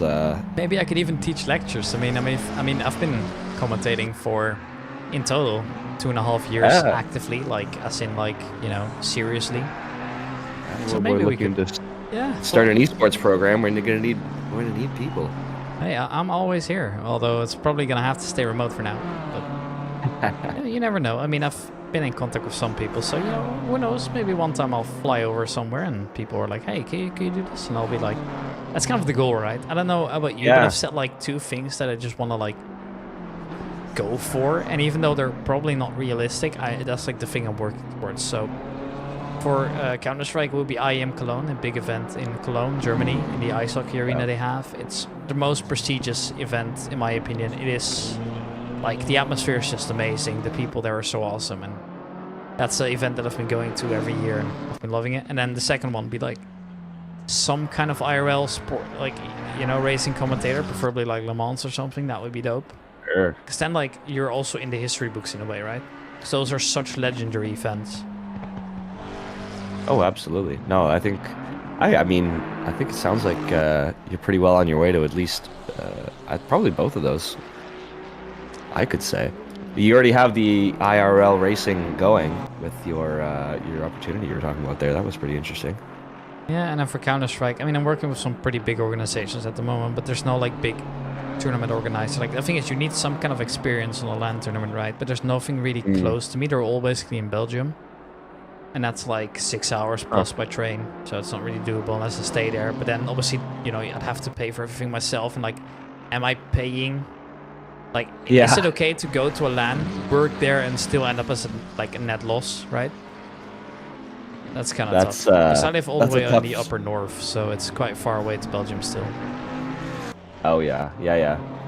Even with all the trains. Yeah, no, but by public transit, international, it's not too great anyways. I am planning to go interrailing, right? You just buy a pass that can get you on any intercity or sprinter train for like, you could say like, I want a pass for like 4 days within a month, and you just choose 4 days, that being like 24 hours then when you started. Or you could just travel with every train you want across the entirety of Europe basically, which is really dope to do on like a holiday, right? I could take a train now, end up in Switzerland, stay there for a week, then take, you know, some more trains, head over to Spain or Portugal. No, that would be incredible. Yeah, it is really fun, right? It's like basically the, you know, European version of road tripping almost. It sounds like such an experience because you meet so many people along the way as well who are doing the same thing, right? Although it's expensive. Like, at that point, I'd rather just fly over and deal with it just once. Oh yeah, well, you've got cheap international, I guess, technically travel, country to country. I mean, depends, because in the Netherlands we really get taxed a lot on our flights. I'm pretty sure like 30% of our cost of flying is just tax alone. unfortunately. Oh God. Okay. Yeah, it's quite bad. But the thing is, I could always drive to Germany for like 2 hours and then fly from Germany. That could work, but they're also increasing their flight tax as well, so I don't know how much it would actually help me. Of course. But of course. I'll think of something, right? The thing is, I don't have a car, and I'd love to have one, but I can't just like get away with stealing my mom's car for like a holiday, right? Now, if I go on a day trip to somewhere that you can't go by car, that's completely fine. But can I just like justify, taking her car and going away for 3 weeks? I don't think so. That's a tough sell. That's a very tough sell. Yeah, true. And at also, least for me, yeah. I think some interesting, right? Motorsports. Most events are not very accessible by public transit or flying, for that matter, without you renting a car. And I'm 21, so be ready to, lose a lot of money renting a car there. I was going to the UK. My initial plan was fly to Birmingham Airport because it was like very cheap compared to the other one, and drive for like an hour, and then just rent a car. The issue is, however, I checked the prices, right, and they're all right. I don't know how much they cost. I think it's like $30 for like a day or something, and then you have to refill with the exact same fuel. Maybe it's like 50 or something, but it's like not too bad, right? Yeah. But then I have to pay like €100 extra on top because I'm young. Simply because I'm young. Yeah, and I'm like, you know what? I'm just take a bus instead. As you should. Well, I think here they don't even let you if you're under 25. I don't think you literally even can. I mean, I get it as well, right? It's not like, because obviously those are the risk groups, right? Too bad, but even then, it's a shame. Now, I did just notice we're down to 14 drivers, but it's time for me to figure out who's missing then. Yeah, we've definitely dropped at least one. Well, it's one, but take a look here. I'm just checking all the drivers if I do see them. They're still driving.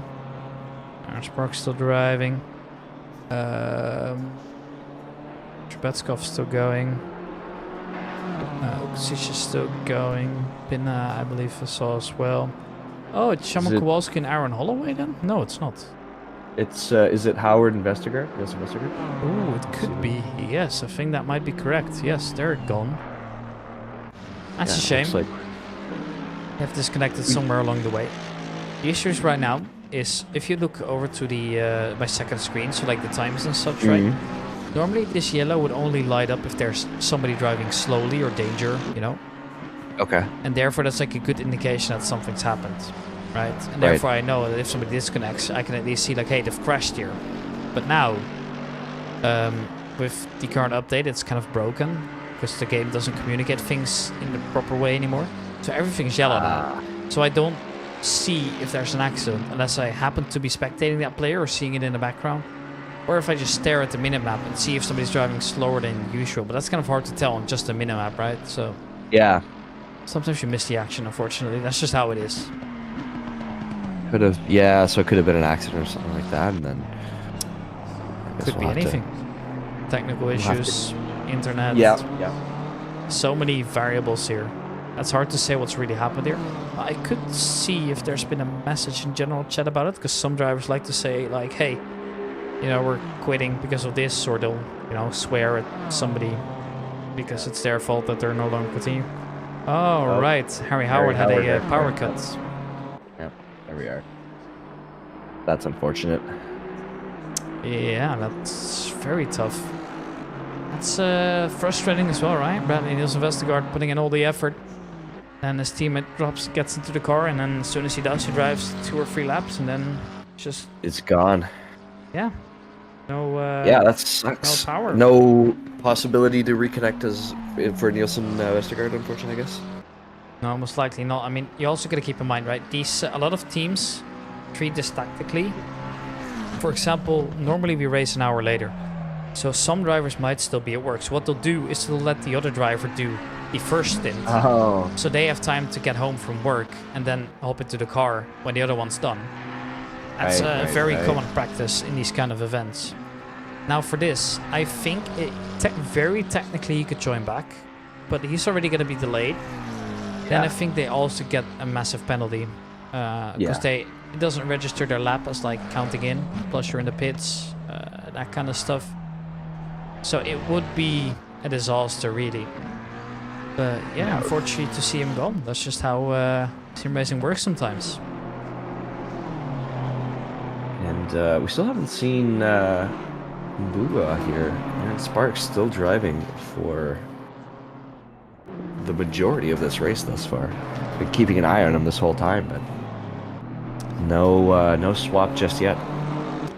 Not yet. Now, I don't know how it actually works on the Aaron Sparks side of things. Because I like to think that he's kind of in the zone right now. Sure, he's not doing the fastest laps out of everybody, but he's just being consistent right now, and he's doing his own thing. So I wouldn't even be surprised if Samuel Bugo was just saying, well, just keep going for a couple laps, you're doing fine. Maybe he's gotten delayed as well, you never know. Right. Plus, I mean, having been in Africa multiple times, being originally from there as well, I know that the internet also and power isn't the most reliable in some countries. Now, I've never been to Kenya, so I can't really judge on how it is in Nairobi or where he's actually from. But I know it's in South Africa, for example, there's just like, you gotta go a couple hours a day, which is like a scheduled thing without power. Okay. And you never know what's happening in Kenya. I'm not a foreign relations expert, but the Aaron Sparks come in, so I think it might just happen now. There we go. Let's have a look. Yeah, that could definitely be an issue, but let's take a look and see if we get Samuel to come in and see how he does on the controller that I'm very interested to watch. He was good in GT2s. He was really good at it. You know, the thing is, you don't see so many of the factors that are like playing into account here, which is the toughest thing, right? For example, you have to think about tire management, which is very hard to do on a controller. It's very hard to feather your inputs as well. You can't go too hard on the throttle because you'll just spin out, right? Because of the ABS and traction control, whatever there is to it. But it's just all a little bit less refined than on a wheel, making it very tough out there. And there we go, the swap successful. Codename Smash complete their driver swap now, and I wouldn't be surprised if it would be Samuel Bugo all the way to the end now. With roughly 58.5 minutes on the clock now. You're well past the halfway mark now, as the field is kind of split apart for now. Not a lot of drivers really getting closer. I mean, the closest gap we've got now is 9.4 seconds, if I'm not mistaken. So, looks that way. Yeah, the dull moments during the race always happen at some point. And, well, even then, just gotta keep talking, hope that something happens. Like, I hate to admit it, but sometimes you're just hoping somebody crashes, just so there's something to talk about, right? Now, yeah, anything, any little action. Any little action. And also, like, it doesn't matter as much as, you know, if you were doing play-by-play commentary, or let's say Valorant or whatever, right? It doesn't matter as much. You just gotta think about, well, you know, what can I talk about in the meanwhile? I think within motorsports commentating, it's perfectly fine to talk about something else. As long as it's not distracting from the stream, which I don't think it is, because I'm still doing my camera work. Yeah, absolutely. So therefore, I don't even mind that much. And plus, it just keeps the chat entertained as well, right? Sometimes you'll even see on the, you know, larger broadcasts that they'll just interact with the chat as well. They'll ask silly questions, even something like, hey, what did you guys have for breakfast this time? Yeah. You know, it doesn't matter. Everything to keep the chat going. Maybe there's somebody really interested in seeing how the breakfast of somebody's doing. Yeah, breakfast cereal enthusiasts or bagel guys. Oh yeah, see, we don't do any of those really. Oh so yeah, I guess that's true, eh? We're a sandwich kind of country. I would have thought waffles or something like that. No, sandwich with chocolate sprinkles. That's the Dutch classic. Or peanut butter or cheese, I suppose. That's kind of what almost everybody eats. Some people will eat yogurt with muesli or whatever. But it's mainly bread here. We as a country love bread, and same goes for France, same goes for Belgium, same goes for Germany. Kind of that all Western area part, like Western Europe area, really likes bread for some reason. No, I think North America, at least here on the East Coast, it's big bagel culture. You get New York bagels. Like it's like a donut, but it's like bread, right? That's kind of what it is, right? Yeah, that's pretty much how I would describe it. You usually have seasoning on it, so Like seeds and sesame stuff, or seeds or right. spices, whatever it might be. But you've got like I said, New York bagels. You've got Montreal bagels competing with each other for top dog. What do you put on a bagel? That's Sweet stuff, or it's a source of its own interesting controversy because some people will say, cream cheese is the best or peanut butter. You get jam people, the straight butter people. I think cream cheese is a pretty dominant one right now from what I've seen in the bagel culture, but I'm not a big cream cheese guy, so I can't speak to that too much. I go for peanut butter or standard butter personally. I was thinking, like with jelly, kind of jam. I don't know what the American English term is. I just tend to go with jam because that's how I know it. But I guess that would be probably my main pick because I like sweet stuff. But then again, I've also seen, like, when I do rarely see a bagel, you find them in some like bakeries or like some higher end breakfast restaurants, right? There'll be a bagel on the menu. I think there's also a thing called the Bagel Company over here, but I've never actually been there. Bagels and Beans, I believe it's called. And I think they also have like a little bit more luxurious takes on bagels, like with salmon and stuff. Yeah. I've seen. But I guess it's not like a regular. I guess it's not like a regular breakfast, right? Interesting. Yeah, no. Here, there's shops you go in and you get like a bagel sandwich. It's a whole thing. Doesn't sound. So I guess in that way, no, it's not bad. And I mean, you're talking about the sandwiches there. I guess it's sort of similar in that regard. Just with a hole in the middle instead of just bread. Yeah. I mean, so you're just getting less bread for your money. That's the conclusion. Good point. Although I guess it would be more convenient to eat, though. Yeah, you don't get easier to hold.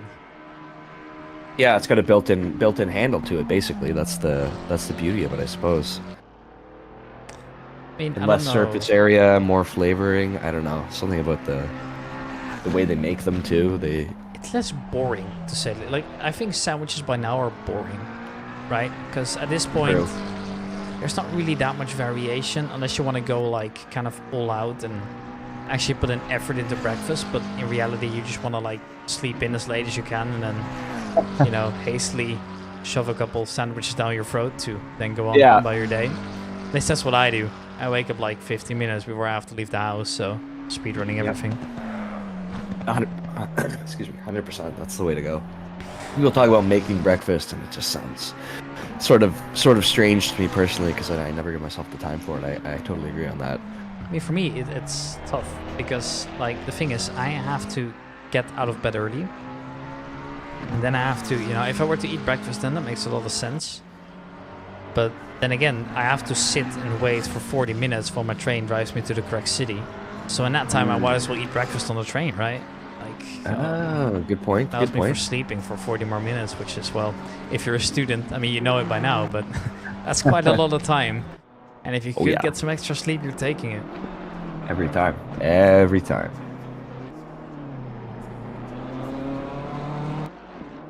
Gaps aren't really getting much closer for now. It's Trubetskov slowly getting closer to lane 4. And the gap currently, is getting a little bit lower. I think it's roughly 4/10 per lap that he's catching up, which means that he would strike distance in, well, I guess 6-7 laps then, if he keeps that up at least consistently. Chico lane fire. Doesn't appear to be struggling that much, but his last lap was really slow compared to the other one. So he's made a small mistake in the process, but it's nothing major. He's just able to keep the car going. Car looks relatively fine as well. Oh man, every time you hear that Mustang, it just sounds so amazing. Adds a little bit of flavor to the league here. Us boring European car makers don't get a lot of that, of course.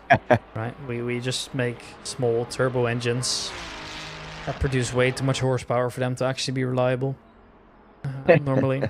And if you got a Cadillac, didn't they like make a 6-liter engine once with like 150 horsepower or something? I remember something along those lines. But that sounds right, yeah. it is something crazy. And the American manufacturers adding a little spice, I suppose. You do, in return, get like arguably the best sounding cars there are, though. So might be well worth it. If nothing else, yeah. If nothing else, then at least it's nice for us to hear. Yeah, true. I mean, every time I go to like a GT3, GT4 event, I don't go to them very often. I mean, if I can, I will. I was at the Hockenheim Ring, Germany last summer, and basically all the GT3 cars are, well, they're definitely not dull. They sound amazing. But then we got to the GT4s, right, which are slower cars. That is less power. But there we actually had a Camaro on the grid, a GT4 Camaro, and man, it sounded amazing. Just whenever it came by and it would like downshift, you could feel it like under wherever you were sitting, and it was just probably the best thing I've ever heard. Good. Yeah, it's so amazing, and I'm really jealous that we don't get a lot of that. Because if you were to buy an American muscle car, you're getting taxed to death, basically. Just getting it over to the continent even is going to be a problem. I mean, Importing, all that. I mean, they are sold here. It's just that, you know, I actually looked this up the other day. Basically, Europe just doesn't allow fun anymore. So how much do you know by hand, like roughly how much a new Mazda Miata would cost you? A new Miata? New MX-5? Gosh. Yeah. I feel like it's in the realm of like 30, 40. Canadian dollars, that is? Yeah. 30,000. So 30,000 American, so it'd be about 35,000 Canadian. Yeah, because here the cheapest one you can get is like 48,000. Oh, and that's a small engined car, right? Now, yeah, I'm not even gonna get started on the cars that I actually really like. I'm a big hot hatch guy. There's like the Toyota Yaris GRMN, right? You might know it. It's like the most sporty version you've got of the Toyota Yaris. The thing is, I like a hot hatch. I'd love to have a hot hatch. And then I looked up the new price, and I want you to guess what the starting price is for a GRMN Toyota Yaris. Oh no. In the Netherlands, that is. 50,000? Yeah, make it 70. Oh wow, okay, I was not gonna go that high. A Yaris? No, it's crazy, and it's kind of sad as well, because now everybody's driving boring hybrid cars, right? You almost never see a cool car around the street anymore. It's just such a shame, really, because I see America getting so many new cool cars. I see countries that have less taxes get so many cool cars, right? Yeah. And then we're just kind of left behind as well with just our boring Toyota Priuses and whatever people drive nowadays. I see a lot of Subaru Foresters or Crosstreks. I don't know. I don't know what Subaru's been doing here in Ontario, but they're all over. They're everywhere on the road. It doesn't surprise me, because I do feel like those kind of cars would be popular in North America because they're very practical, I suppose. As well as I think that if you have to do some, well, I guess basic off-roading skill would be an overstatement, but I wouldn't be surprised if some people definitely drive into the forest, you know, get out there with their dog and then have to follow like a couple trails to get there. That kind of stuff, right? Which you don't really do here. Everything's just asphalt. And compared to some other countries I've been to, the Netherlands has roads made out of satin, it feels like. Just, you have very little uneven places, you have very little elevation. We're taking care of the roads really well. Whereas with America, I've seen, and I don't know about Canada specifically, but in the US, for example, I do know that some parts are really rough as well, which is not that great for your suspension if you're driving like a low car, right? Something close to the ground. Oh yeah, 100%. That's like it could be a killer here. And there's a lot of roads that they just aren't taken care of properly, so they're gonna really hurt anything that you're driving over them. So in that case, more sporty type vehicle. And I also think a lot of people overestimate how much sportiness they probably need, but that's a different conversation. That's a very different conversation. Now, the thing also that I think works into the favor of Subaru here is that they've kind of built up a reputation of being very reliable and trustworthy in terms of the cars that they produce, which is a massive help. Like, we've got some brands that are popular here, but are also kind of notorious for breaking down relatively often. especially newer cars, right? And I guess Subaru is just in that sweet spot of it being reliable, practical, and fun as well. Yeah. Which is not a lot of, not something that a lot of car makers are able to reproduce. You know, it's either choose 2 out of 3, or even less, right? Either it's fun and reliable, or it's fun and practical, or it's reliable and practical, but it's never all 3 basically. And I think for Subaru could just hit that sweet spot with a lot of cars. You barely see him here though, sadly. Oh, interesting. Interesting. Yeah, they're here even in more racing capacities too. Subaru's has some popularity here. Got rally. I know you guys are big rally fans as well. But what else do you have? Is there like a Subaru kind of cup that just goes throughout the country or something like that? There might be, but it's a lot of them more like they're a popular track car here too. Track days and such. Yeah, and I know more street racing inclined people that have used Subarus. They trick out, whatever it might be, WRX or something like that. And then they just sort of, because you get a lot of backcountry roads here, so you can sort of just drive for a couple hours out of the city. Next thing you know, you have tons of straightaways and empty roads with no one really on them. So popular in that regard too. That makes a lot of sense, actually. That's quite fun. Now I'm really jealous because we only really do track racing here.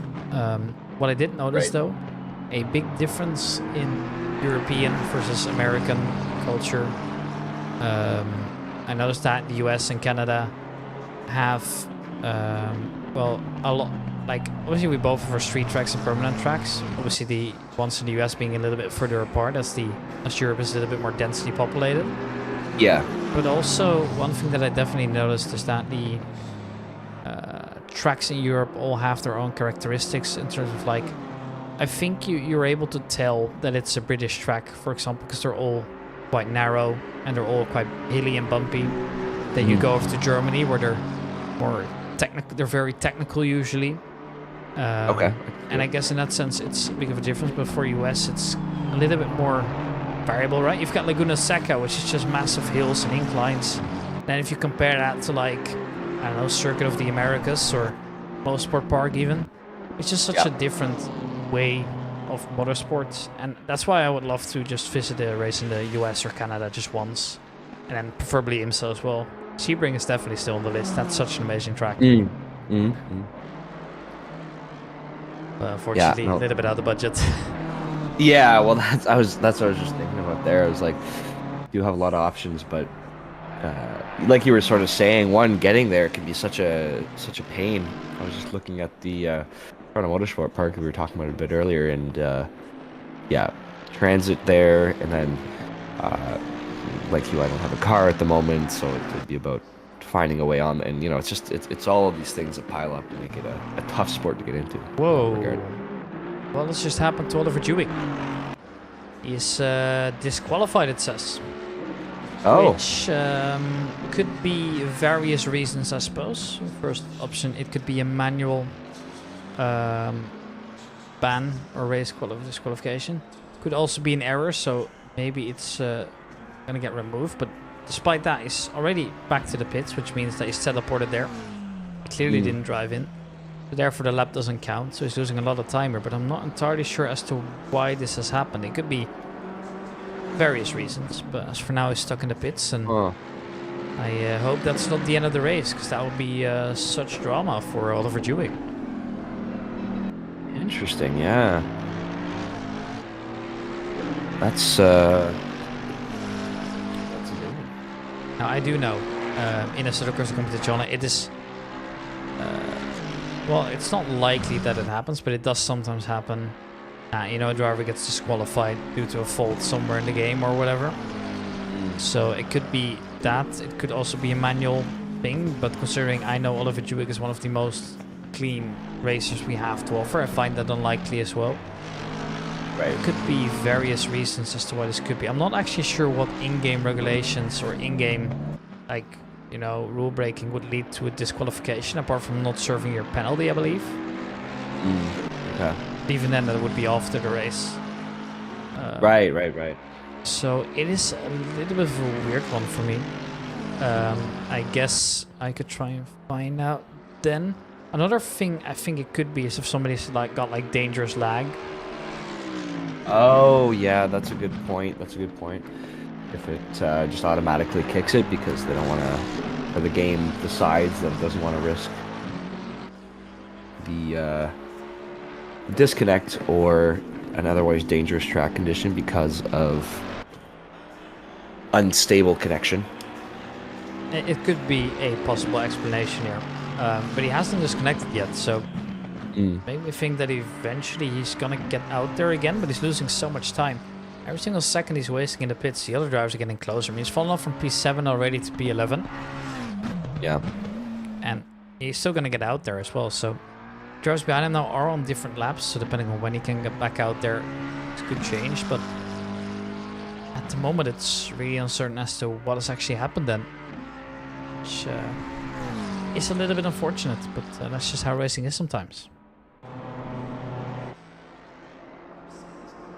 Yeah, it's a fact of life, and also depending on, the various factors that could lead to something, could just be a whole lot of nothing, but I guess we'll have to wait and see on that one, as regardless, the race is moving on. Everyone else appearing to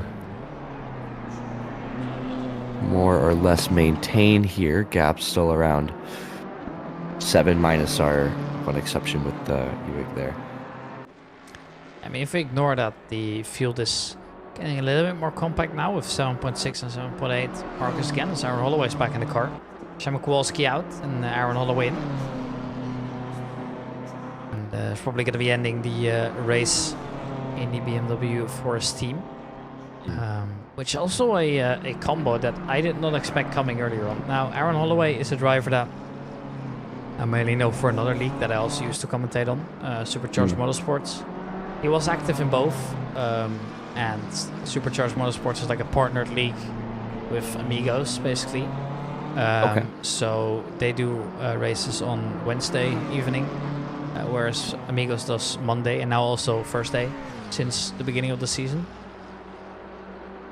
And basically, they kind of just work together. A lot of people like drive in both, right? So therefore, they were both like able to profit. People will like see like, hey, the Amigos is cool. I might as well try out their, recommended league. And same goes for the other drivers. So that's kind of how they managed to fill the grids quite a bit here. But Aaron Holloway is like a steward and an admin for Supercharged, which is what he's most known for, to be honest. And seeing him with Shema Kowalski surprises me here, because Shema Kowalski, I believe, is a little bit more close to, for example, Chris Tedder and a little bit more of the older lads, whereas I believe that Aaron Holloway is a little bit younger. But it's also fun to see the diversity, right, in terms of what people are driving and who they're driving with, I suppose. Now, I haven't really spoken to Shema Kowalski myself that much. The only time I really did was during a special event that we ran, where I got my dedicated server for Wreckfest turned on, and we were like, you know what, sim races can have fun bumping cars sometimes as well. The most fun sometimes, depending on what you're doing. 1 hour and 40 minutes of racing done on my part, handed over to Aaron to finish. Yeah, we just pointed it out. That was an impressive stint. I didn't even notice you were in there since the beginning, but I assume Aaron was the one qualifying then, or did you do qualifying as well? Curious to how they did that. It's kind of gone unnoticed. David Hill's back in the car as well. Chico Lanefar's out, and most likely David Hill finishing then. So a lot of drivers swapping out a little bit later on here. Yeah. Shema Kowalski qualifying himself, so he's got a lot of driving done today. Oh, impressive! Really impressive. Very impressive. Yeah, really the endurance race today. It's crazy how some drivers were. We did a the Silverstone 300? Was it 500? I always forget. I thought it was 5. I always get confused which one it is, to be honest, which is a little bit embarrassing. I think it's a Silverstone 300 race. Yeah, it's Silverstone 300. Just like a very important race at Silverstone. We did a variation of that once, where we also did a 5-hour race. Oh yeah. And I was on split comms duty, so I would do solo commentating for 2.5 hours, and then and I did qualifying as well, which was like 30 minutes. And then my my other co-commentator would take over for the rest of the event. So he also did 2.5 hours, which is it was incredible. It was so much fun, and people enjoyed that race so much as well. It's one of the closest races we've ever gotten, despite it being 5 hours straight. Yeah. And that was also a race people did with duos, and some drivers were out there on stints, I remember, for like 3.5 hours, which is incredible. Man. At that point, wouldn't you need to pee, or like wouldn't you be thirsty at some point in? Seriously, like, and if it doesn't feel like something you can take your foot off the gas for, and just sort of exactly really long. So it's an impressive run there. So I guess it tracks that we can see a little bit of that here as well. Yeah, I don't know. It's hard to say, really. Obviously, fatigue does play a factor, but we have seen multiple swaps already, and most of the drivers, well, apart from Szymon Kowalski, have gone out at reasonable times. And the longest event we normally do is 90 minutes in terms of solo driving time. So considering this event is 2.4 hours, and 90 minutes is 1.5 hours. This event could have very well been 3 hours, and people would have been fine, I suppose, most of them at least. Right. Yeah. Although, then you also have to keep in mind, we already started way earlier than we normally do. To also, on top of that, make it even longer, right? We're already going to be ending in 35 minutes. So that will be roughly about 11 local time. No, it's 10 local time for them. But considering people have to wake up at 6 to get to work, right? You can't just have them stay there for quite a while. We've got a lot of people from Italy and those kind of countries as well, where it is currently already 10:30, so that will be 11 when they get done. So you can't really extend it much longer without altering the starting time, but then people would still be at work. So I think this is absolutely the maximum you could do. Yeah, on a Monday, yeah, for sure. And that's when we do our events. I don't think we've done. I think the Amigos 300 was on a Saturday, if I recall correctly. But other than that, the racing's always been on Monday. But obviously, that wouldn't be doable this time round.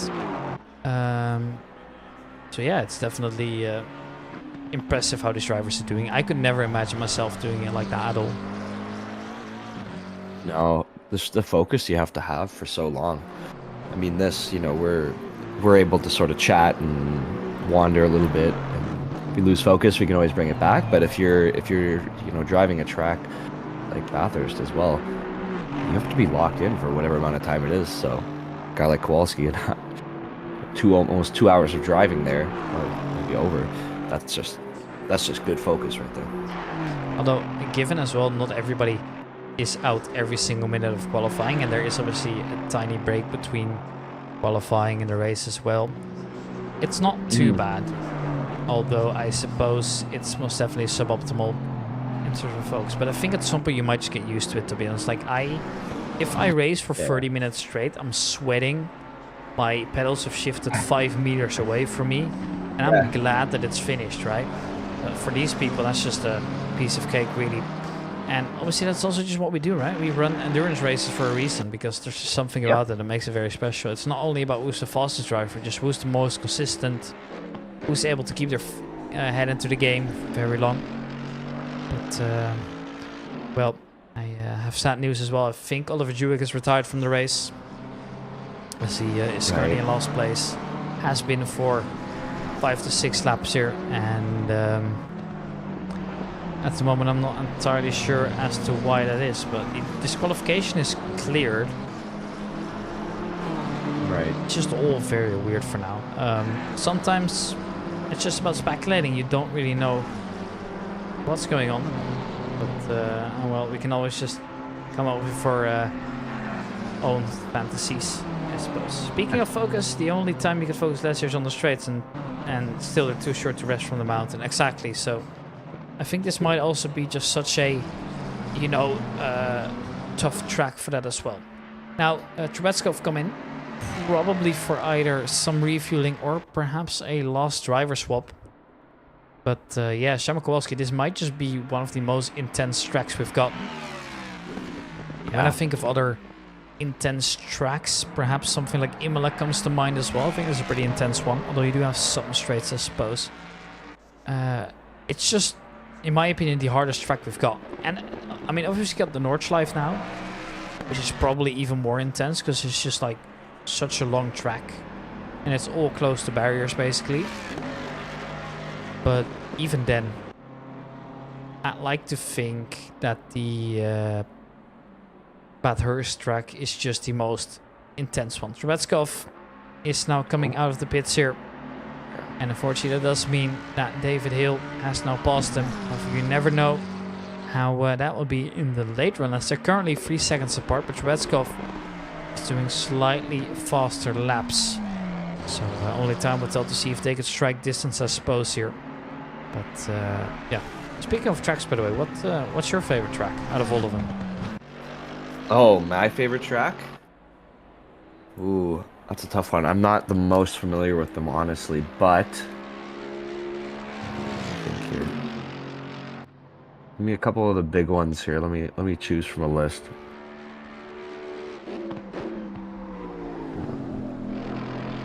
I won't be too familiar with the European ones either. It could be any in the world. I mean, I know my American tracks relatively well. I mean, you were talking about Circuit of the Americas before. That one's fun. I'm not a huge IndyCar guy, but hard not to look at some of the big ones here. I mean, I don't know. I don't really want to say Daytona. It feels passé now. Wait, what's happened? I'm kind of outdated. No, nothing really. I feel like now that we're working in the I'm working in the European space. I'm like, oh, I can't have to. I mean, it's fine. Like one of my friends, his favorite track's Laguna Seca. There's nothing wrong with that. Oh, there you go. It is an amazing track. Besides the Nordschleife and Bathurst, I would say the next start is Kyalami. And that's a good shout as well. Kyalami is also a track that is really difficult to get right, very technical. For me, favorite tracks, I've got... Okay, so from the tracks I've visited, I've got two very clear favorites. The first one being the Hockenheimring, absolutely lovely track. Second being Donington Park. There's some angles on the track where you could see them like go all the way from the first straight. You could see them all the way to halfway on the circuit. So there's always something to see. Yeah, which is an incredible feeling. I would say that Kyalami is probably in there on tracks that I haven't visited. And I really want to go to Brands Hatch as well, which is a track that is still on the list and one that I might visit in the summer or perhaps a little bit later. So I've got some things in mind for now. And I love the tracks in the Middle East as well, which is a little bit controversial. Oh, yeah. Bahrain is one of my favorites. It's controversial, but it's good. Yeah. The only one I've been to is Gilles Villeneuve in Montreal, and I mean, I think it's nice. I think it's kind of fun, right in the city. Everything, sort of. Oops. Oh. Sorry, having some computer related issues here once again. Yeah. Alright, well, you figured that out. I will take away the commentating from now. You can just let me know when you're back. It is David Hill now getting chased up by Andrei Borshakov. Obviously, the Ford Mustang is really powerful on those straights, but it's trickier on the twisty part of the track here, which is where the McLaren is able to make up so much time. Borshakov chasing desperately, wanting to get closer by here, getting ready for the hilly track. So once again, it is the same thing all over again, but this time David Hill already knows what time it is going to have to defend. Obviously it's very hard to overtake in the hilly track here, but he could get into slipstream range, and I think he will. It's already 0.5 seconds between him now. David Hill is just struggling to get the car to turn into the corners. And that most definitely shows. Which I guess is not too bad on a track like this, considering it's hard to overtake in a twisty section. But even then, It's not a nice feeling knowing there's somebody right behind you that could go for the overtake at any time. Porshikov has been very happy to be aggressive on those ones so far this race. Earlier on, at least, he was. Saw some aggressive driving led to some, difficult handling on a couple corners. So I'm sure he'll be happy to try it once again now that he's back in the race. Most definitely. And now, I think for now, it's just a matter of lining up that attack, right? Getting within slipstream range, which you most definitely... I mean, you're not going to get past here, right? You just have to wait because, well, the Mustang's just slower around here. That's just how it is. You can't go for an overtake. It would be way too risky. So for now, it is just lining up, getting ready for the last turn on the downhill, and then maybe you can get by on the slipstream here, which is, I think, exactly what Porshikov's planning to do here. He is so close by now, using the slipstream to the fullest of his abilities here. But when is he moving over? For now, the speed difference actually looks quite alright here, but I guess it's going to have to be on the inside of a turn here. But this is also where the Mustang's on its weakest point. There they go, side by side. No move as of yet, and they touch. Oh, no. Into the sand. It will be Porshikov. Oh, man. David Hill spun around as well, but he's able to recover. That is just about the worst thing that could have happened in that position. Andrei Porshikov's losing so much time as well. Just look at how much time it takes him to get back onto the track. And that's the attack over for now. Yeah, that certainly sets a statement. If you're Porshikov, you have a lot of recovery to do after that one. That's a very, very rough feeling, but I mean, the attempt was made, so had to happen, I suppose, eventually. But it didn't work out quite. Oof, Dan Pickle's going wide. Big mistake. You can definitely tell things are getting a little bit trickier out here, as it's slowly but surely turning darker as well. Dan Pickles is struggling, and he seems to be making weird lines. Just look at how he's driving the car right now. I suspect he might have suspension damage. That is at least the fear that I have here. David Hill is going to be trying to make his way past as soon as he can. Obviously, he knows that he is on a timer before Porshikov makes his way around again.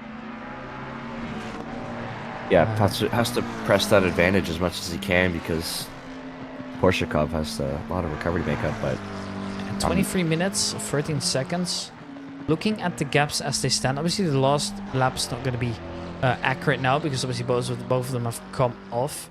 But David Hill is roughly doing a second slower per lap. And yes, this basically confirms my suspicions here. Dan Pickles got some form of suspension damage and is now struggling to turn the car around these twisty, hilly little sections.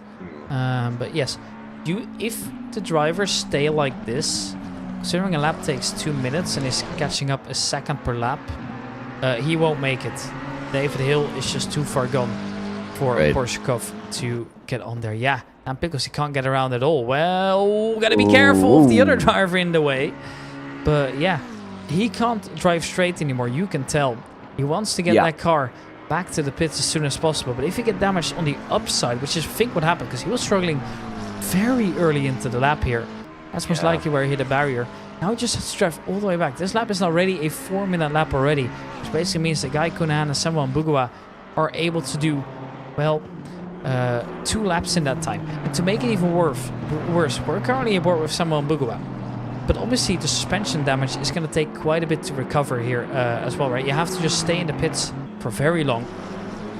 Which makes me think that Mbugua and Cunahan both will go past Dan Pickles, considering he's still not into the pits just now. And if they're not retiring, well, they are currently 30 seconds between them.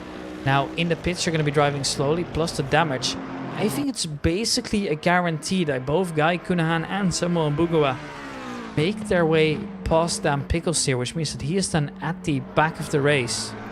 Which, well, is just showing how incredibly deadly this track can be if you go off at the worst positions.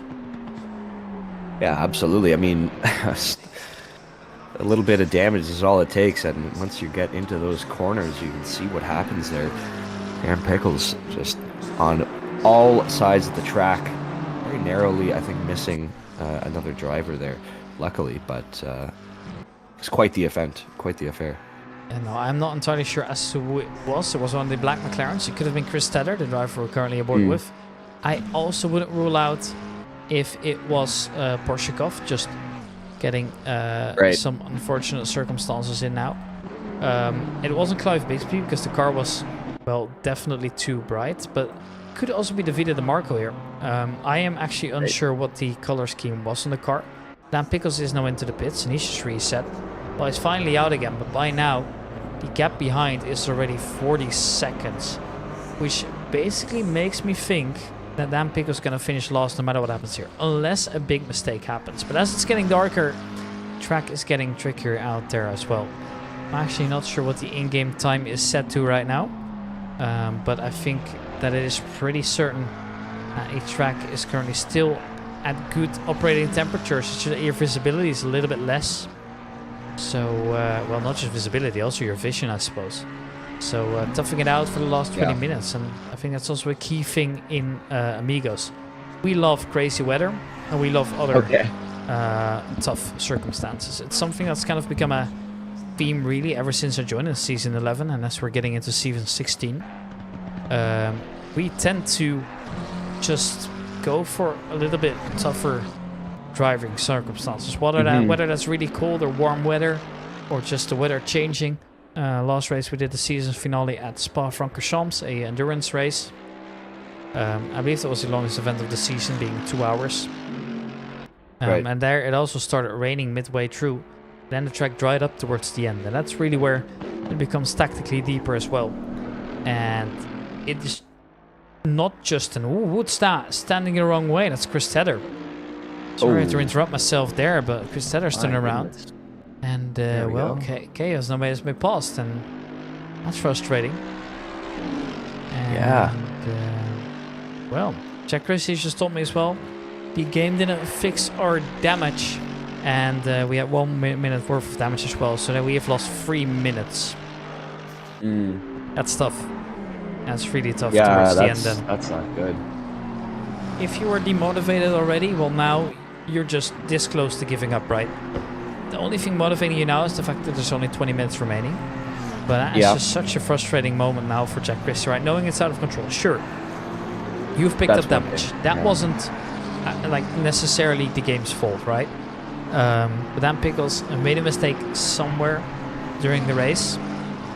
But then the other side is just adding, like it's rubbing salt into the wound, right? And it's just such a frustrating feeling right now. You just want to get this race over with desperately. Guy Cunahan is currently pretty close to Samuel Bugua. Bugua is catching up, but I'm just going to have to let the drivers on the blue flag pass. But where do you actually do that? Yeah, I don't really know. Not around this part of the circuit, at least. Now, he's not losing too much timer. Now I think he's going to let him go. Not worth actively defending the spot, of course. So Samuel Bugua is going to smartly use the slipstream of the driver ahead to at least ensure that Guy Cunahan doesn't go anywhere. The gap currently being 2 seconds. And, well, Guy Cunahan is currently a little bit slower if you look at the recent lap times. So that makes me think there is definitely potential here for Samuel Bugua to take, to at least try and overtake Guy Cunahan as we are getting closer towards the end of the race here. Yeah, he's in a good opportunity to jump in here and maybe make up some ground. A couple fortuitous events happening with Chris Tedder went out, and then Dan Pickles with the damage, kind of allowing some movement there for Mbugua. See if he can make anything happen with it, but it's at least a nice way to end. Time will tell, I suppose. Now Chris Tedder's also coming to the pits. So that is well, not necessarily a surprise, as he's probably picked up damage from the crash that he had in the downhill section. Just remaking his way in. And, well, unfortunately, that's just how things go sometimes. I wasn't expecting that voice. Hi, good evening, Alex. Alex is Aces. He is like one of the co-commentators we have, but he's pretty busy on Monday nights nowadays because he's only taking paid offers, I believe, now for sim racing costs. Very nice, very nice. That's always a fun, exciting development. But it does leave me alone, though. And, you know, I've kind of made this deal with Chris Steller that if I'm free, I'll happily do the broadcasts. But if I've got a paid offer, I'll obviously prioritize that as well. Because obviously this is my only source of income at the moment, right? My company that I'm running with the broadcasts. So that was kind of what we did. And yeah, that's just how it is, I suppose. I'm on a contract legally. I can't win. Yeah, no, fair enough. I can't at the moment, so it doesn't say I can't win. My phone's very far away, so I can barely read the chat. But yeah, no, that's unfortunate, mate. But we do kind of miss you on the comms, not gonna lie. But yeah, we found a replacement for you now. Sorry to announce it this way. You had to find it out yourself. Nah, but well, eventually, one day. You never know how things goes. Right. Also, a theory that I have on as to why the lag might have been happening on the stream, as Guy Conan is now passed over by Samuel Mbugua. And already the gap being 1.5 seconds as well. But you know what my theory here is? Very technically, Assetto Corsa Competizione is currently out of focus. Oh. Because I am focused on in my monitor, on my second monitor, which is where I control the cameras and such, right? Oh, yeah. Oh, that makes total sense. Yeah, I didn't even think about that. But that stream looks fine.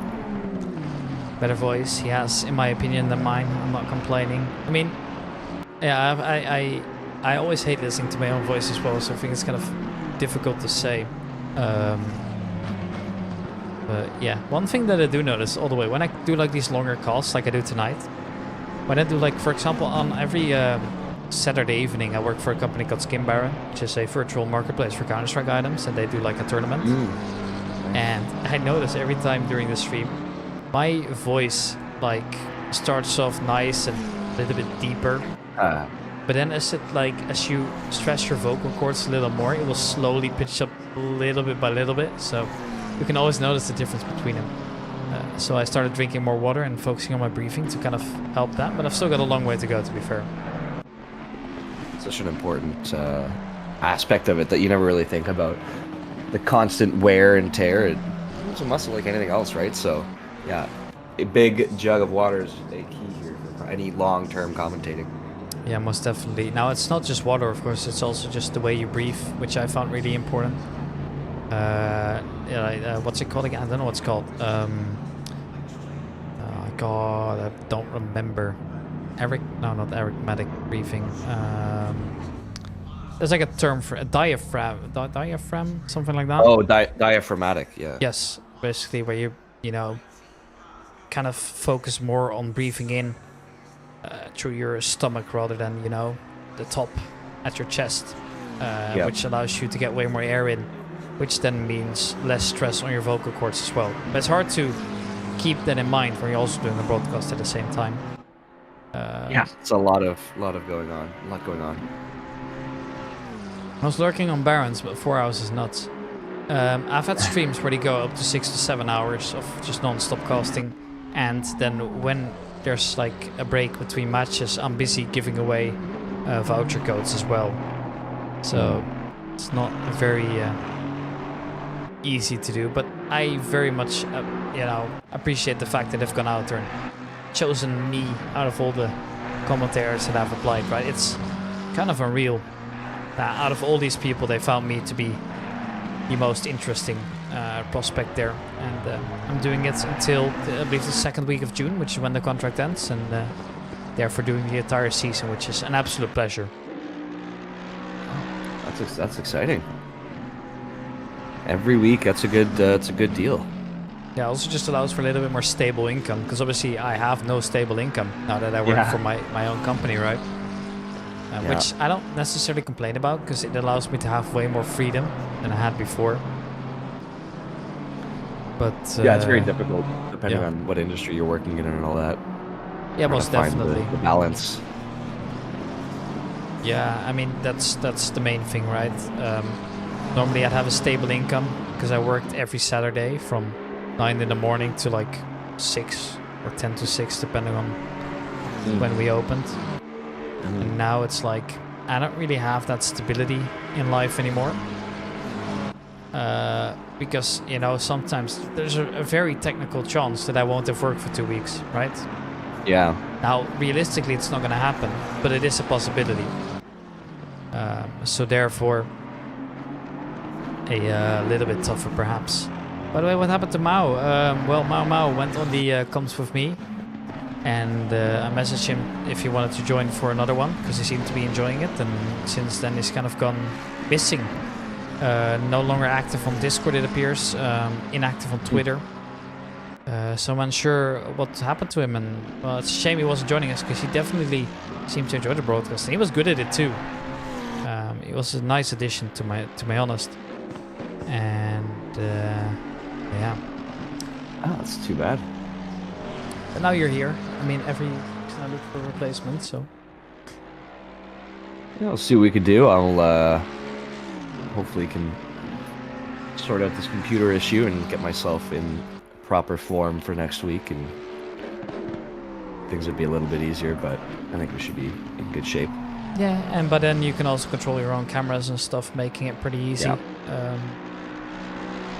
Just helps you a little bit as well on the broadcast side of things. Just, you know, you're able to go much more in depth on the drivers because you're able to see your own POVs. You can notice things out. Yeah. The sim racing topic of paid commentary is near impossible without an agency. Multi-platforming like you're doing is a lot better. Fair enough. That's also why you're getting into Counter-Strike, right, Alex? Which I don't blame you for at all. It's a much more lucrative business. Sim racing really is a niche in the way that there's not a lot of money on the line compared to Valorant, compared to League of Legends, Counter-Strike, you name it. Even StarCraft 2 is like in price pool way above this, right? That's interesting, eh? Yeah, I'm glad you're not doing it solo though. I do feel guilty, sir. Don't feel guilty, first of all. You're an adult. No, you're not. Actually, you're technically not an adult, but you make adult decisions, and well, you can't be at two places at the same time. So I completely understand. Kind of really taking a break after my contract for sim racing. Yeah, fair enough. I don't know. I have just so much internal motivation that I never feel like, you know, taking a break, which is also then risky in itself. Burnout related, of course. Yeah. Because I tend to just keep going because I'm truly passionate about what I do. And then I kind of just forget, like, hey, I've been working for 14 days in a row now, together with studying full time. Maybe I should give myself a break. I kind of forget about it sometimes. Now, David Hill is in trouble.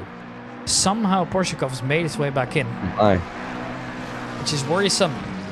8 minutes where he's going to have to defend. Last time they collided. Let's hope sometimes this time around it's a little bit better. Have the same kind of preventing the burnout. Fair enough. Well, I'm going to let you do the play-by-play commentary for a bit here as the McLaren is taking over, as my sister just came in to give me a brownie. So I'm going to enjoy that while you do the Mustang versus McLaren battle. As we'll keep an eye on these two here. Things just heating up once again. And as was mentioned, last time we saw these two battling, Porshikov and Hill, they had the fortuitous chance to collide. Porshikov went into the sand, and it ended up with a massive gap forming. But Porshikov has somehow managed to work his way back into things, and we're now just waiting to see what his strategy will be going into it this time around. Last time it was all about getting it lined up, but things did not work out in his favor. And now, as the time begins to wind down, we have to wait and see what he goes for this time. Not much chance for error here. If you go out on the sand this time, well, that's probably where you are going to end up. Yeah, the interesting thing here is, so Andrei Porshikov is pushing it. You can see because he hit the wall slightly. He's on the limit right now. The thing is, you not only need to ensure that you're able to, you know, make your way out of, you know, the racing line to get the overtake done. Just, you gotta stay so sharp when you have a driver ahead of you in the twisty section. Because if he decides to brake early, you could be in massive trouble. Now you can see Andrei Porshikov is just lining it up as we speak. You can tell he's on the limit, driving on the outer edges on the track as well. Ensure to get maximum potential exit here. Andrei Porshikov now could go for a move around the outside, perhaps here. Hill's defending the inside as they go wheel to wheel. It is still the Mustang ahead a little bit. Porshikov's frustrated here. He's flashing his lights. I think he has the feeling that he got blocked over, but unfortunately that is allowed. And oof, that looked pretty tight. Onto the grass he goes, using the absolute maximum of the track. The thing is, can Porshikov survive staying behind him for now? He's going to have to make his way past David Hill. He's going to be very glad seeing they go up to the hilly corners again, where there's really no way to make your way around it. But keep in mind, this is still for P5, and this battle is not just done just yet. Much time remaining, and we'll have to expect that, like you were saying, in these tougher to pass hilly corners, might be tough for Porshikov. 5 minutes remaining now in the race. Should have enough time for another attempt, but gonna have to maintain a lot of focus and attention here, especially as we go around through these corners. Look at how aggressive he is on the braking there, just gaining so much time on David Hill. Was struggling to get the car turning, which means he has a lower entry speed. But Porshikov is on the absolute limit. He's hit the wall multiple times now. He wants to get by very, very desperately. Your time's running out, but David Hill is a masterclass defender. But he's at a disadvantage here. The car is definitely not really suited for the track he's on at the moment. And he is struggling to keep him away on these kind of moments, which is very frustrating for him as well, right? Porshikov knows that he needs to do it right here now. And there he goes for the dive down the inside. Does he make the exit? No, not quite. So he's going off too aggressive. Has to rejoin as well, and he will do so, but does cut across here. Now that will be a corner cut as well, noted by the game, which means that he's definitely on the limit. And as he goes very wide, he wants it maybe a little bit too desperately here. Now slower onto the straight. I think it's safe to say that David Hill is safe for at least another lap. He's going to have to keep this up. Yeah, and he'll have to keep the defending, but I think he has a little bit of time to breathe. Should be the last lap that these two do. Closest battle that we have, although it does look like we have a shortening gap between Marchioni and Holloway at the moment as well. But we'll have to keep an eye on Porshikov and Hill as well, as their battle has been quite legendary thus far. Most definitely. And now just swapping over to Aaron Holloway now. Defending with all he's got left here. It is equal machinery, meaning the driver's supposed to make the difference here. And Aaron Holloway is doing just that at the moment. Defending actively as Hill is once again now in trouble. Once again, it's the McLaren getting around here. And there a mistake made by David Hill. Yeah, that's not something you get to see every day, but David Hill goes off. Porshikov makes his way past now. It is a very rare moment you see somebody pass right there, and it's an even rarer moment to see David Hill of all drivers make a mistake. But so unfortunate, yeah. I wouldn't be so. Yeah, most definitely, and it's also going to be interesting to see how the stewards think about everything. So the battle has gone wheel to wheel quite a bit, and there have been some collisions between the two. So it's fair to say that the stewards will have a say about that later on after the race as well. Now there's a little more than 2 minutes on the clock here, and if everybody's going to get another lap, it's all going to depend on the driver in front. Michael Thomas is getting very little screen time at the moment, and you might be wondering why. Well, the answer is pretty simple. He's 40 seconds away from the driver behind him.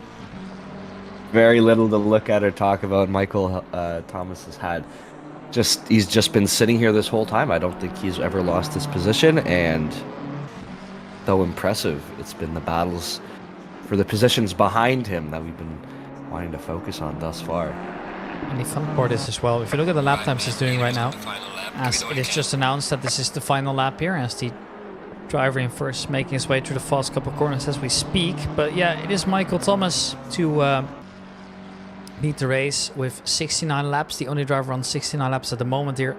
And it's scary as well, right? He's the only driver to do 2 minutes point something. The rest is all on 201s. and he just has no sign of slowing down at all. So we're going to keep an eye out as he makes his way across the finish line soon here. Dan Pickles just doing his thing out there on the dark as well. As Jack Christie's pointed out, it's become quite dark throughout the end of the race. And that comes at the cost of, well, not seeing as much here. But it's these two fighting all the way to the end here. But I'm pretty sure that this is not going to be the thing we're going to be talking about most post-race, because David Hill's frustrating as well. Not entirely sure whose fault it was in the initial contact, but I think you could argue that both of them are definitely very heated at the moment here. But it has been very hard racing, which is also a big plus here. It's definitely not become a demolition derby, and well, despite Porshikov not being in the lead, I think you can make arguments for both of them that they've done enough to, well, try and maintain that fourth position at least. And, yeah. Now getting to the end.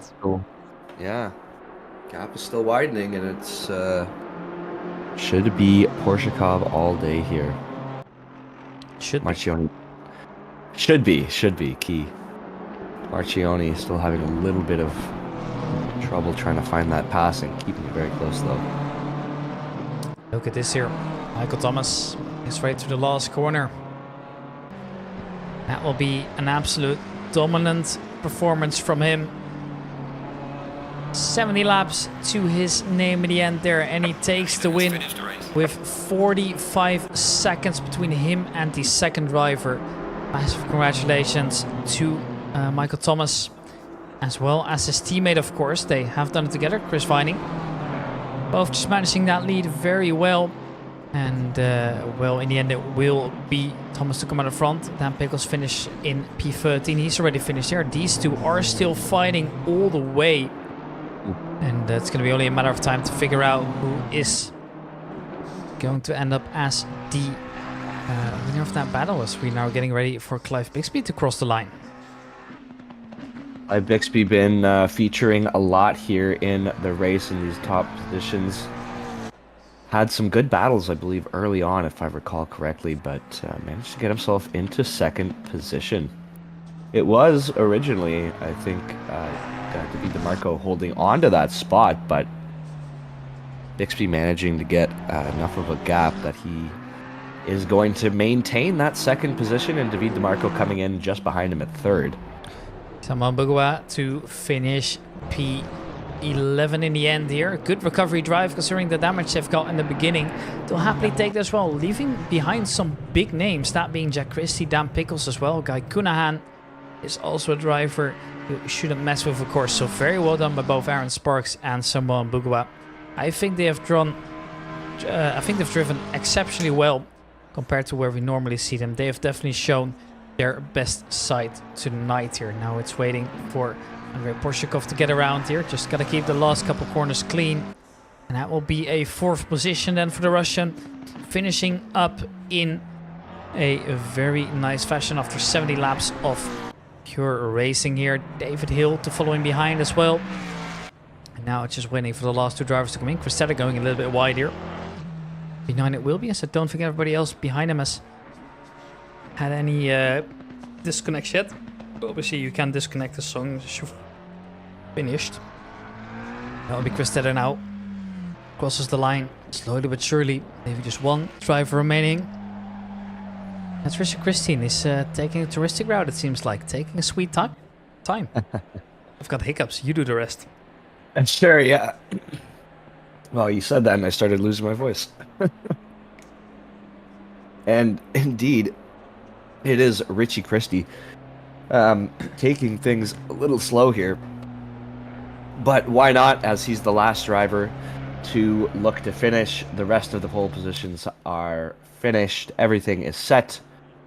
And it will not be long now till he crosses the line and things wrap up here.